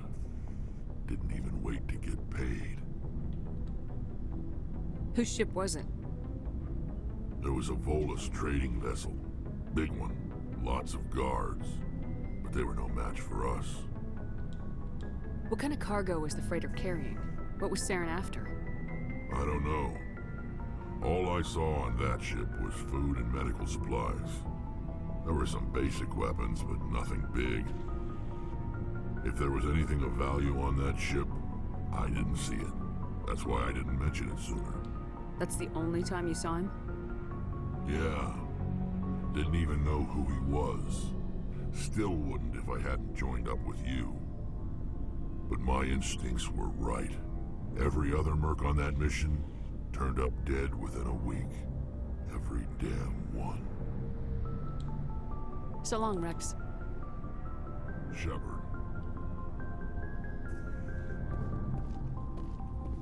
I love the bit of backstory we get with the characters and the villain and their own personal experiences and perspectives. Okay, cool. Core charge status. We got a codex. We'll quickly save before we speak to Tally in case she takes another 10 minutes to talk. Hello, Shepard. Like I need this. Wow, harsh Shepard. You sound down. I don't know. Your ship is amazing, and your crew's been really great to me, especially your chief engineer. But I just sort of feel out of place. The Normandy runs so smooth it feels like we're not even moving, and the engines are so quiet. How do you sleep at night? The silence wakes you up? Back on the flotilla, the last thing you want to hear is silence. It means an engine's died or an air filter shut down. I guess you don't have to worry about that here. But old habits die hard. But it's more than just the silence. This ship feels so empty. It's like half the crew is missing. Back home, I couldn't wait to go on my pilgrimage. I couldn't wait to get away from the crowds. Now that I'm out here, I kind of miss them. Sometimes we don't appreciate what we have till it's gone. That's true. I'm starting to wonder if that's what the pilgrimage is really about. It's given me a whole new perspective on my people and our culture. You know, there's always a few who go on their pilgrimages and never return. I always assumed something bad happened to them. But maybe they just wanted a different life. You do plan to return to the migrant fleet, right? I could never abandon my people, Shepard. I will go back eventually. But we have to stop Saren first. Otherwise, I might not have a home to go back to.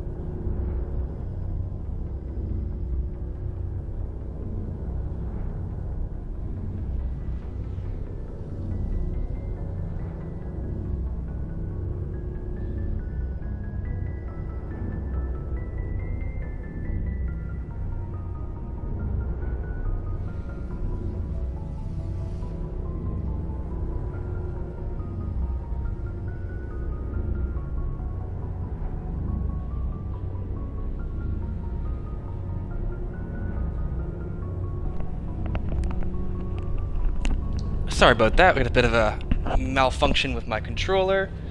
All is good now. See you later. Back to it.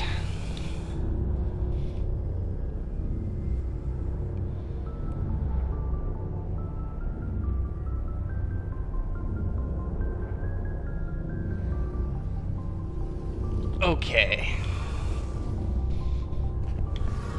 At this stage in the game... Oh yeah, I think we can ask personal questions to Engineer Adams at this point.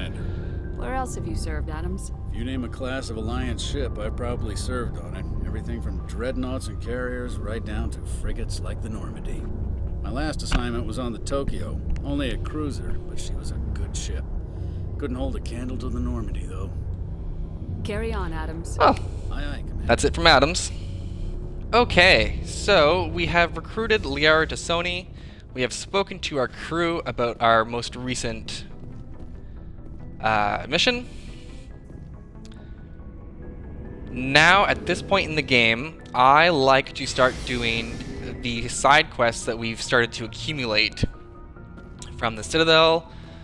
I think that's largely where a lot of the side quests have come from at this point. We will quickly check our journal. Alright, our journal, we've got quite a few side quests here. And these are the missions that I focus on before moving on to any other story beat. So I think we'll start with... let's see. We have unusual readings, strange transmission. Oh. I'm thinking...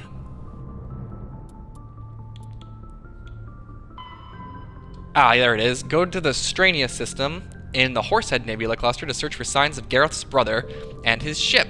So, and this is the guy on the Citadel, at the Citadel Tower. His name was Gareth, and he asked us to search for his brother. Gareth fears his brother's ship may have fallen victim to privateers while traveling through the Strania system. We'll quickly save... But yes, there are quite a few side quests that we go through, all of them being Mako related, where you land on an uncharted world and you go through a map and blah blah blah blah. We'll see what it looks like here. So right now we have to go to the Horsehead Nebula, and like I said, we will be coming back to these areas when it is appropriate to. We're not just gonna jump to system and clear it that way. We're gonna get a more of a better pacing going on. So here we are with the Horsehead Nebula, and we need the Strania system right here. Yes.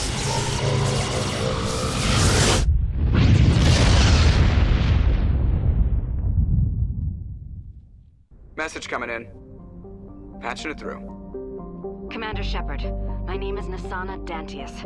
I have a job for you. I can't say any more in an unsecured communication. If you're interested in hearing my offer, meet me on the Citadel so we can talk in person. I'll be waiting in the Diplomat's Lounge on the Presidium. So there's another little side quest we kind of just picked up. We will, of course, go and talk to Nasana Dantius when we next return to the Citadel. Alright, let's take a look here. Yunthorl. Shrouded by a thick atmosphere of complex hydrocarbons, Yunthorl has never been fully mapped. The surface is hot and completely covered by a global ocean of liquid hydrocarbons. Holy crap. There are indications of primitive organic life developing deep within the global ocean. Scan medallion recovered. Your scan uncovered an ancient deep space probe slowly orbiting Yenthorl. Tally brought it on board, dismantled it, and found a League of One medallion hidden in its payload. Thanks, Tally. Okay, we've also got Antitara. Antitara is a standard hydrogen-helium gas giant with traces of ammonia. Hydrocarbons in the atmosphere lend it a distinct brown tint. And we've got a concentration of helium-3 that we've surveyed from this planet. Trellin. Trellin is a lifeless rock with a trace atmosphere of xenon and krypton. Its surface contains large amounts of iron and magnesium silicates. Due to heavily cratered terrain, starships are discouraged from landing. A Solarian religious cult claims that a certain pattern of overlapping craters in the southern hemisphere resembles their goddess. That's very reminiscent of the face of God in Mars. Yeah, there's a formation of rocks that looks like a face on Mars, like the Martian face. Thessalgon, a standard hydrogen-helium gas giant. Thessalgon's atmosphere is tinted blue by trace quantities of methane. And that's it for those planets. So one thing I think I've mentioned in a previous episode, that the twinkles on the map screen here are no longer present in the Legendary Edition. And what I mean by twinkles is, I'm about to hover over a ship right here. This would have been twinkling in the original version, and you could see it, I think it's every 5 seconds, so a 5-second interval where you'll see a twinkle on the screen. Now it's not there, you kind of have to know what you're looking for. So we knew to come here, and we knew to look for a ship. But if you didn't find this ship here to scan, you could go to Zawin and see that there is a picture on the right, and you of course cannot land, and that's a little confusing to someone who hasn't played the game necessarily, but the twinkle would have mitigated that. Now unfortunately you need to know that you're looking for a ship if that's what you're looking for. So here we go, scanning, and there's the MSV Majesty. The Majesty is a Kowloon-class modular conveyor of human design. The ship is a derelict. All compartments are exposed to space, and the fusion plant is leaking. The damage is consistent with ship's accelerator fire. Registry, private owner, Captain Willem. That is the brother of Garroth right there. So we scan it. A faint trail of radioactive particles, possibly exhaust from a sublight nuclear engine drive, leads towards the nearby planet of Zawin. So now if we click on Zawin, we should be able to land, and there we go. The land option being available to us now. Warning, level 1 cold hazard. Zawin has a thin atmosphere of carbon dioxide and ethane. The surface is frozen and mainly composed of cobalt with deposits of copper. Planet-side conditions are hazardous, with constant ice storms racking the surface. So here we go, landing on Zawin in search for Garroth's brother. One of our side quests here. Let us bring Garrus, and let's do Liara. Our first official mission with Liara here.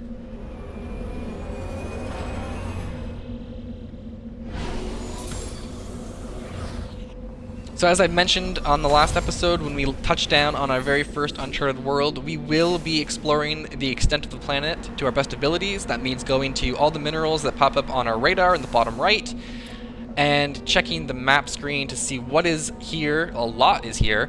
And we will go explore all of it. So I'm thinking going down south first, and then we'll come up around and do the top ones later. Before we do, though, we need to save, and we need to assign some points to Liara. She's got 34 points. We'll max out Asari Scientist. We will unlock electronics to give her a better shield. We will give her barrier, and we will upgrade warp, and upgrade throw, and we unlock lift. More importantly, though, we want to unlock singularity. Oh, I did it wrong. I didn't even unlock singularity. All right, let's try that again. God. Oops. I gave an extra few points to barrier at the end there. I meant to give them to warp so we can unlock singularity.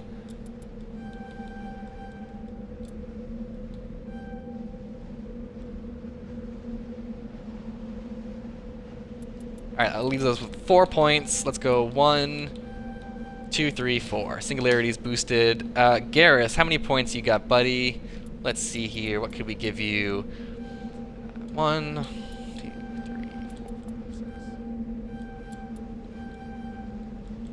6. We got Adrenaline Burst for our buddy Garrus. That means he can reset his abilities. And we've got 4 points to assign for our Shepherd. Let's give Shepherd some Vanguard ability and Spectre training to increase overall survivability. Increases damage protection, shield boost, and unlocks medium armor. Yeah, let's bring up our tactical armor as much as we can. And we'll quickly save again. And that will allow us to start our adventure here on Zalman. Alright, map is marked. Let us go explore this desolate tundra.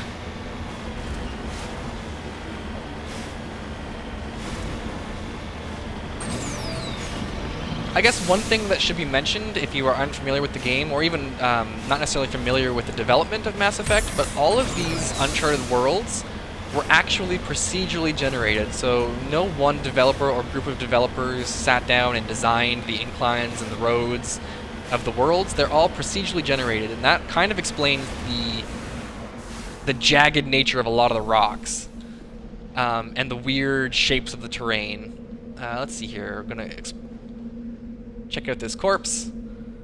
It appears this person was trying to mark the nearby mineral deposit when he died or was killed. And of course you can see over here is the mineral deposit that wasn't on our map, but is now on our radar because we have got close enough to it. And that leveled us up. We'll quickly check. Okay, cool. We'll go to our map now. So we'll hit the debris on the left and we'll go up here and then here. So we'll hit debris, middle, right, and then go up to the top right and then to the top left exclamation point. We'll try to make it one solid loop without having to, or sorry, one solid trek without having to loop too many times or at all if possible.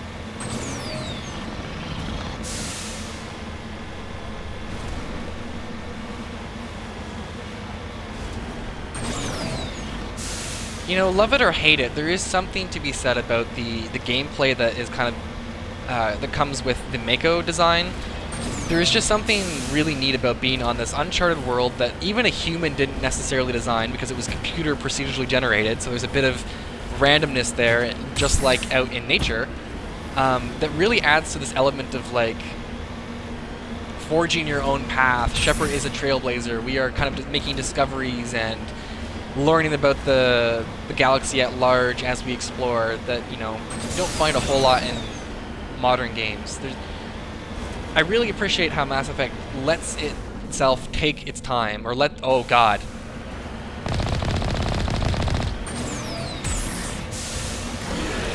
I did not know there was a Thresher.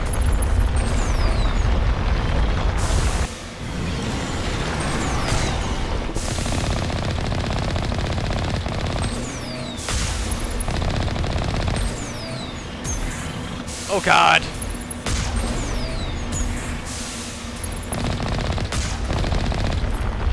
Thank God for the jump jet. Thank God for the jump jet.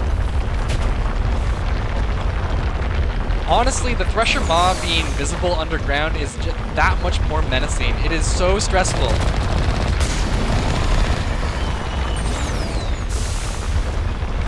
Stressful in a fun way, mind you. I do like it. It's chasing us, though. Oh god.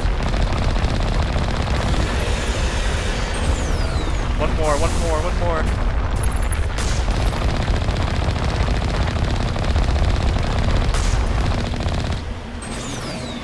Here he is.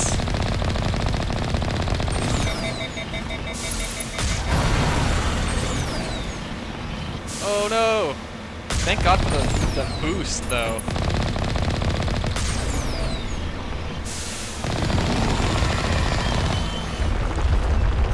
Alright, Thresher, bring it.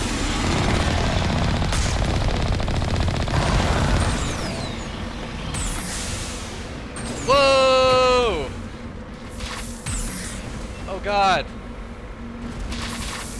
Oh god. Come on.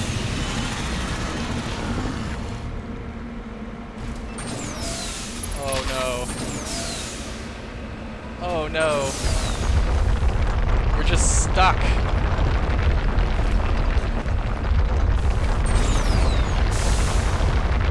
I don't even know.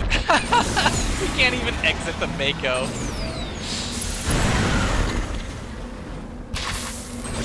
So I guess that's one downside to the Mako's jump jets and everything, is you kind of get stuck and not much you can do about it. We're gonna have to reload, unfortunately.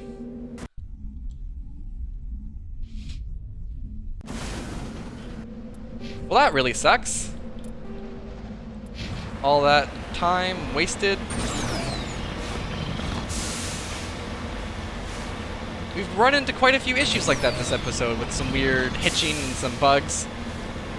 I'll quickly try to get back to where we were with the Thresher Moth fight, and hopefully we don't get stuck and make it all anticlimactic like it just was. That was really unfortunate. I did have a similar experience in my solo off-stream playthrough where I got upside down in the Mako and I was able to get back up. Doesn't seem to be the case this time. Alright, so we need to go back to the mineral deposit, of course, which will level us up again. See, and this is why, right here, you want to be saving constantly on the Uncharted worlds, because even the slightest bit of time that you have to redo becomes very tedious. So once we get closer to the debris here, we will save.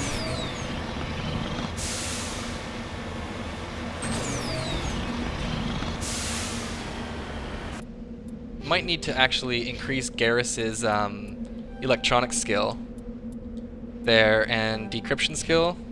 Ooh, a little short. Alright, we'll see if that lets us unlock the debris here. It might not.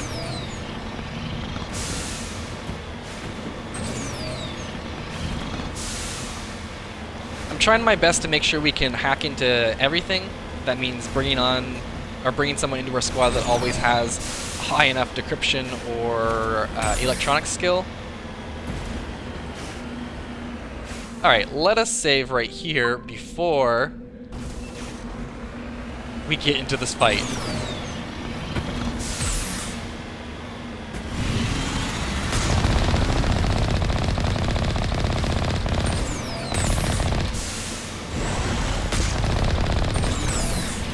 So I think what happened last time is I jumped off of the debris, little satellite thing that's right there that we can hack into, and that's how I flipped.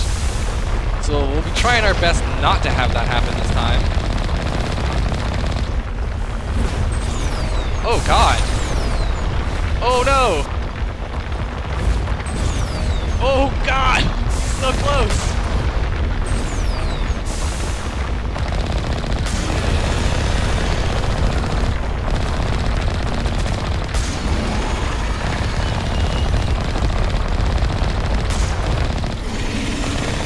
Take that, Thresher.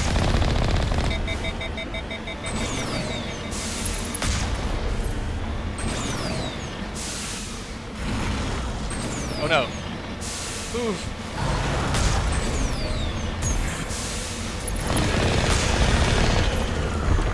They've got so much health.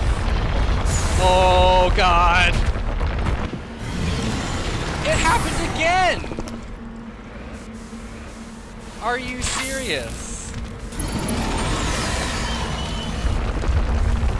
Twice in one Thresher Moth fight. That is ridiculous. Oh my god!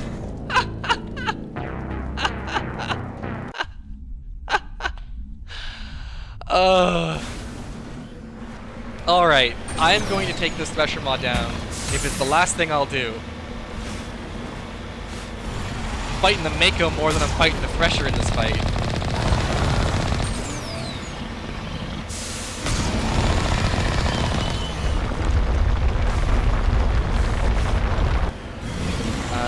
Quickly pause it real quick.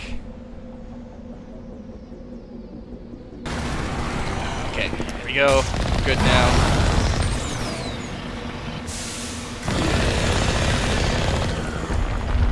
We seem to get around the same distance each time when I flip. I get him down to a certain amount of health and then it's just game over.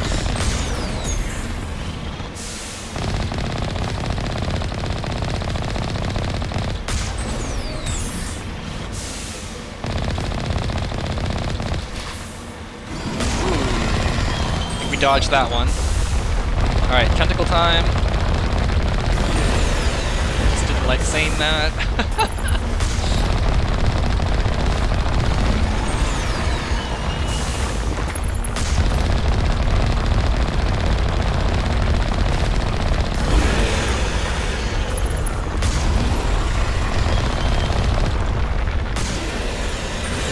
Alright, we got him.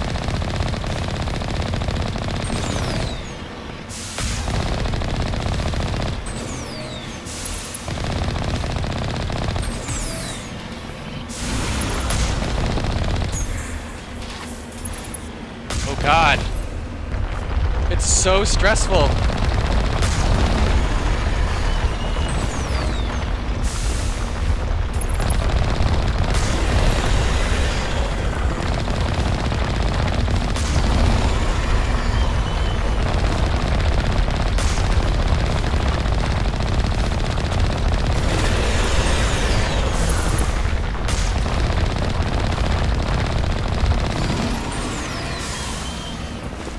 So someone had asked in one of the discords that I'm in, how is it that Thresher Maws are on multiple planets in the Mass Effect universe? And if they were able to travel the, like if they were able or capable of spaceflight or traveling from planet to planet. I do believe they go into detail in the Thresher Maw Codex. Now I'm not entirely sure, I'm not going to spend the time looking for the Codex. But it is explained in-game that there is a reason why Thresher Maws are on multiple planets and not just one. And it even explains where they originate from. Finally, we did it! Thank all the gods. Let's save, because I am not doing that again for a third time. I didn't even want to do it once. I didn't even know it was there.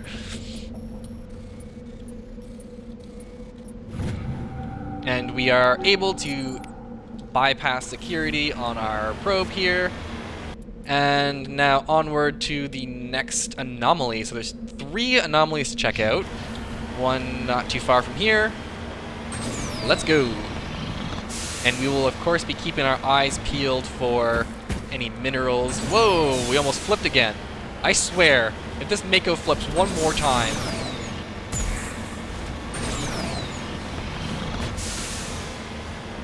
I do think, though, this will be our last mission that we do on this stream today, because I think it will take up the rest of our time. I do know that there is some combat headed our way, so that will likely take up the rest of our time, whether we like it or not. Recover. Let's see what we got here. Insignia recovered. This fragment appears to be from an old model freighter. Part of it is marked with the Chadi Outpost insignia. So that's a Turian insignia we have found. I'm going to save again, just because this friggin' Mako is really making me uneasy. Okay, next anomaly.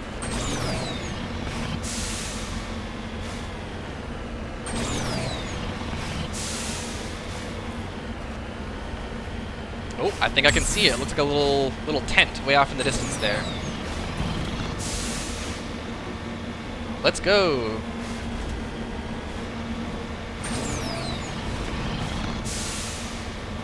I know watching the Mako drive around isn't necessarily the most engaging thing to watch, but I think the places we get to and the shenanigans that we find ourselves in during the Mako missions are quite worth it in the end.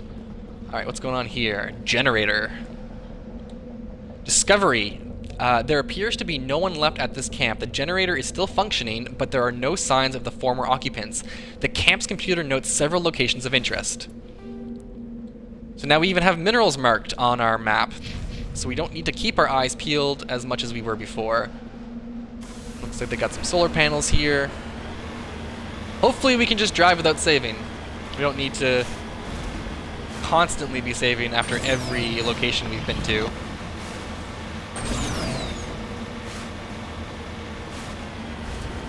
But yes, this will be our last mission of the episode. However much longer it takes, it'll be the last thing we do. Once we get back on board the Normandy, we will call her there and start our next episode another time, picking up where we are leaving this episode off, doing all kinds of side quests. As I mentioned, there are quite a few side quests we gathered from the Citadel that we can now do, but also, as you saw before we landed on this planet, we were contacted by someone else kind of giving us another quest. So as we do our side quests, that will keep happening, and we will get more side quests as we go. But after a certain point, once we do that, we will talk to the crew again, and then we'll go from there. There's still plenty of time between now and then. The beacon was a Geth trap. Uh-oh.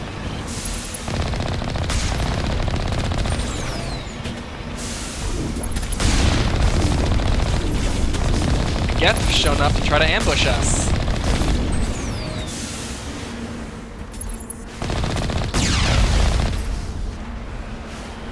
Gotta run over those Geth walkers. It's the only way to take them out. It's so fun.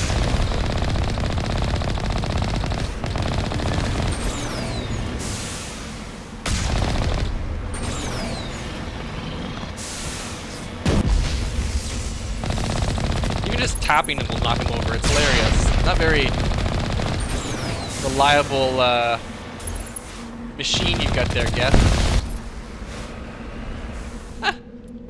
We will save after this, though, just in case we get into a situation. Alright, now there are some minerals between us and the next location, which is a mercenary camp.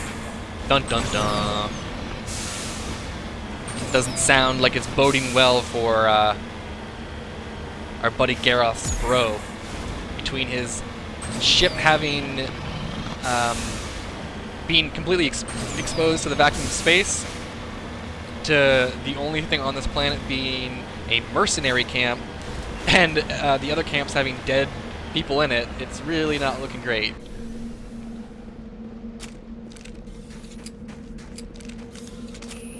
Got some palladium down here. We will survey that.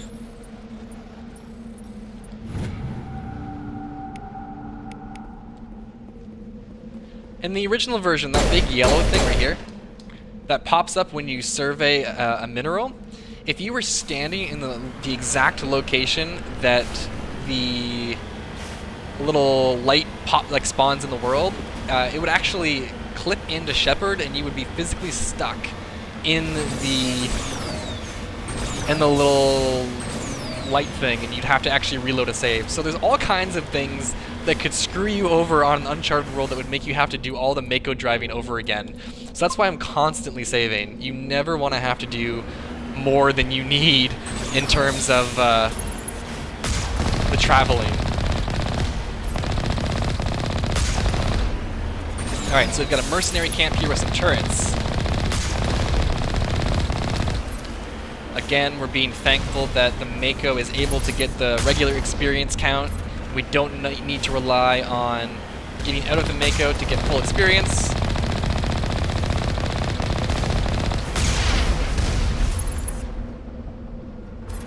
Oh, everyone's over here. I don't know if you just saw that, but the sniper that we were just hit by took out our shields almost completely. Gotta be careful.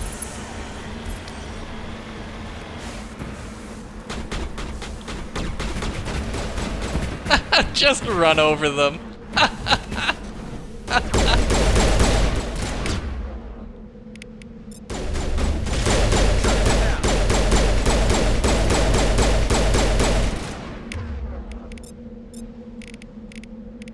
Alright, let's get some biotic power in here.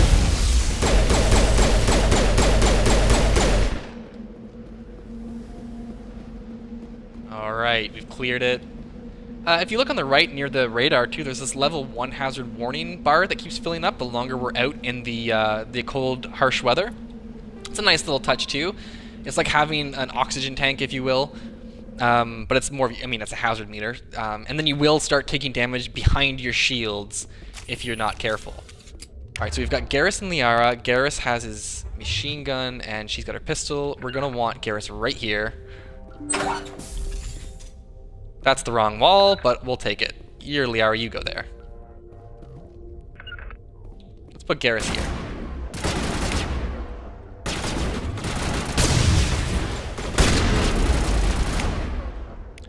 Ooh, we might have to withdraw Garrus. Let's do a singularity and we'll do a warp.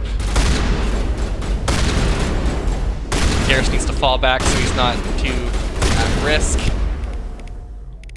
Let's see here. Throw him, Liara. Get him out of here. Oh god, we have a Krogan. Alright, let's sabotage so he doesn't have access to his weapons. There's another Krogan. Great. Okay.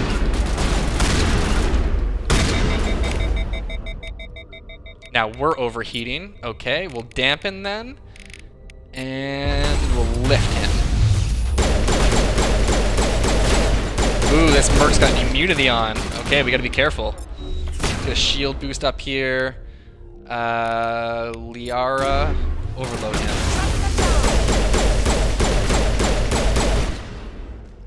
Alright, Liara's down. Use Unity, get her back on her feet. Throw this guy out of the way. Oh, that sniper took her down. Alright, we're gonna have to be careful about the sniper here.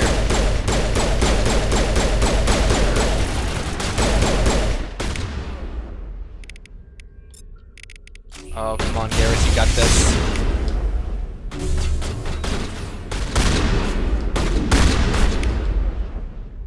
Ooh, it's not looking good for my bros.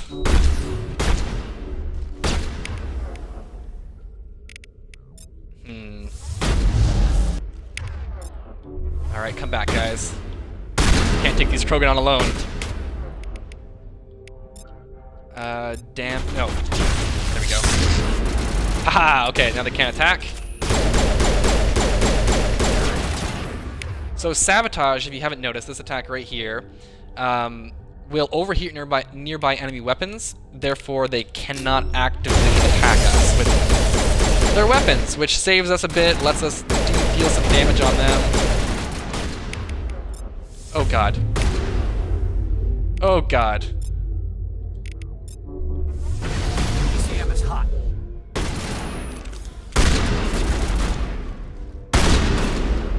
These guys keep using immunity. When you see their health turn like yellow, or not yellow, white almost, it means they're using immunity. And oh no! Oh, another death. Unfortunate. When was our last save, I wonder? Ha! Right in front of the door. Alright, let's try this again. We've died quite a bit in this episode, unfortunately. Hopefully, with doing some more of these side quests, we can find some better loot to be more effective in these combat scenarios.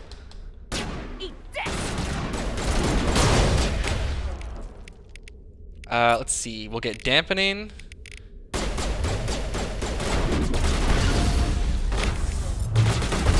Do barrier. This guy back here. Overload on him. I'll throw him. We'll get Liara to do singularity, get everyone all up in the air. We'll sabotage him so he can't attack.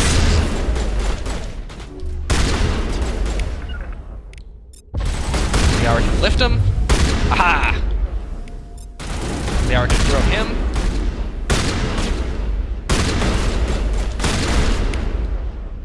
Oh, there she goes. Alright.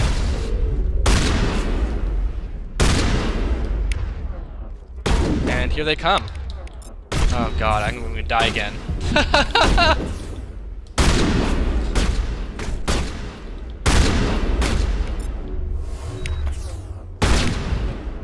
Oh my god.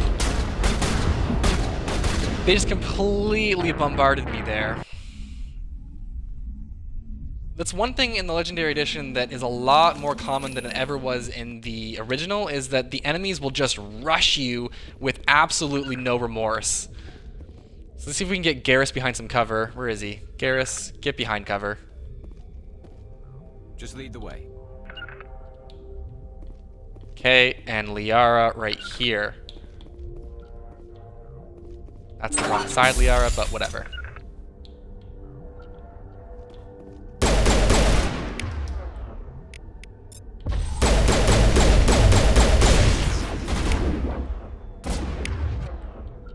Alright, so if we do damping on this guy... Aha! We got a couple of them with the explosive there. That will come in handy for sure. Let's get a shield boost and save our barrier for later. Let's use sabotage on these guys. Fire in the hole!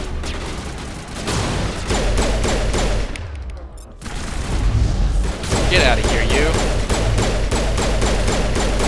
The goal is to take out this Krogan as fast as we possibly can. God.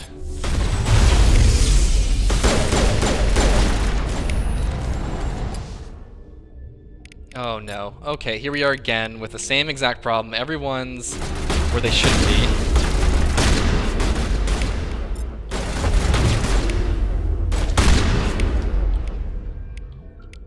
Alright.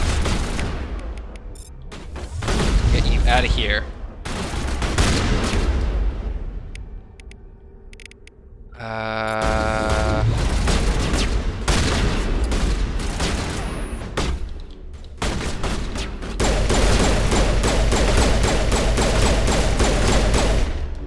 Thank you for just standing there, enemy.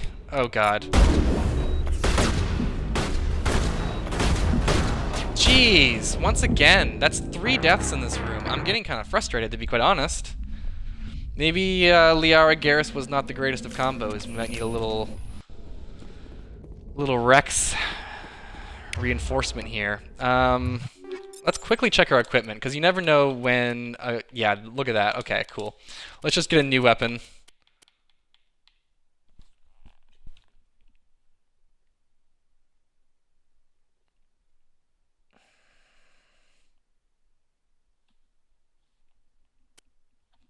And let's see here.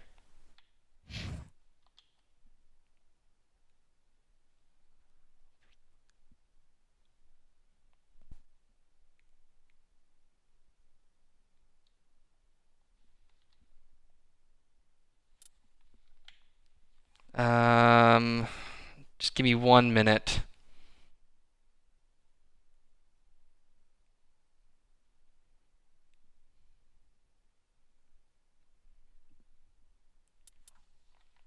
Alright, sorry about that. Let's go back to our equipment. Liara needs another pistol. Garrus needs something stronger. Oh, there's our issue. No one's got like anything good on them. It should be a bit better now. I didn't realize they had such weak weapons. We're already quite over time, but this is the last thing we'll be doing. So let's just... do chemical rounds, heat sink. What's Shepard looking like? Okay. Liara has no armor mods. She's gonna need one.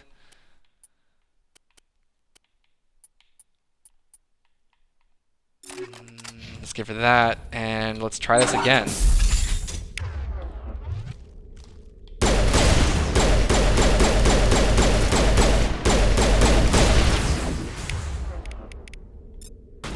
Okay. Hopefully we can do a bit more damage this time.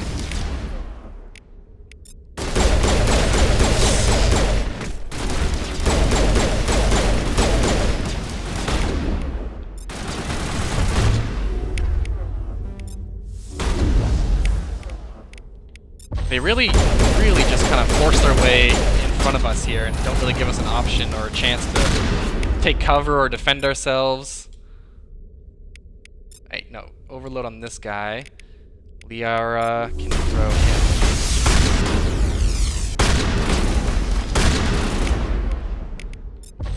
Throw him again so we can't get up.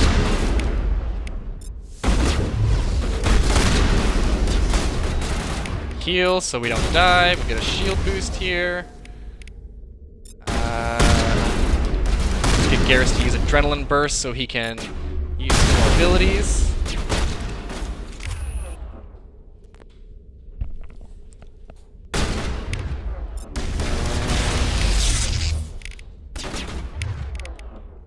We ourselves will use Adrenaline Burst and get our barrier back. Okay, there we go. This guy needs to be taken care of right away.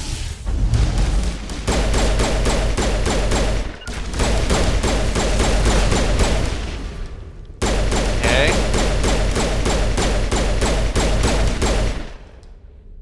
Finally, the Krogan are down. Alright, the boost to our arsenal definitely helped us out there. Should have been doing that a little bit more adequately before. And thankful he got stuck behind a wall. Alright, cool.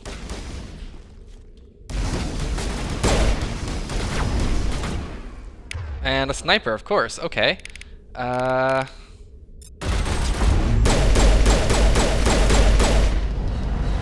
Can't do much when you're in the air, sniper.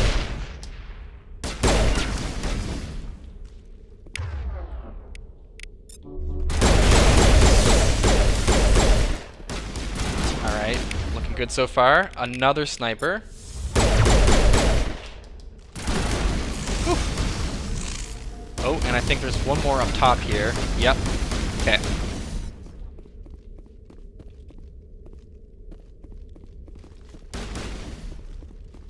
See if we can flank him. We finally made it this far, though. It's better than we did before, after 3 deaths and 10 minutes of combat. Great.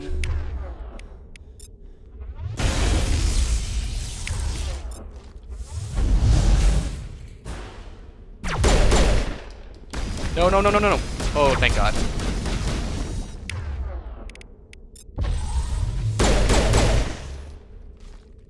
Okay, good. We survived. Barely, and only once out of 4 times, but we did it. We'll grab the loot, and we'll see if we can find the missing brother.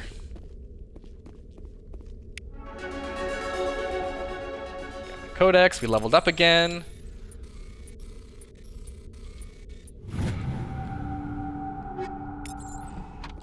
Alright, I'll try to be a little more effective in my combat.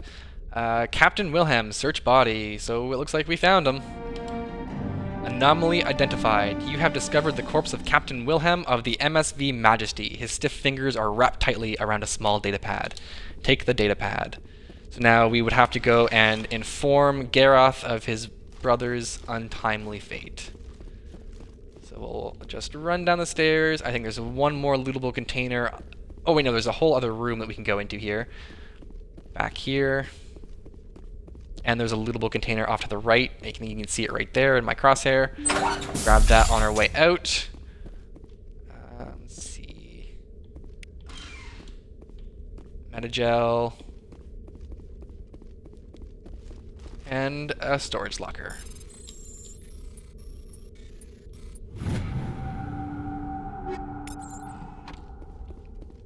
Alright, and with that, we've finished this mission by the skin of our teeth. And hopefully the rest of the combat situations won't be as hard, but we did gain 2 levels. And we are, of course, playing on the hardest difficulty, Insanity. So, I mean, what can you really expect? Alright, get into the Mako. We save real quick. And now we go back to the Normandy. And that is where we will be ending today's episode of our Mass Effect Legendary series. Join us next time as we continue doing our side quests on our uncharted worlds, and hopefully don't die as many times to Thresher Maws and mercenary gangs. Alright, with that, have yourselves a lovely time. Goodbye.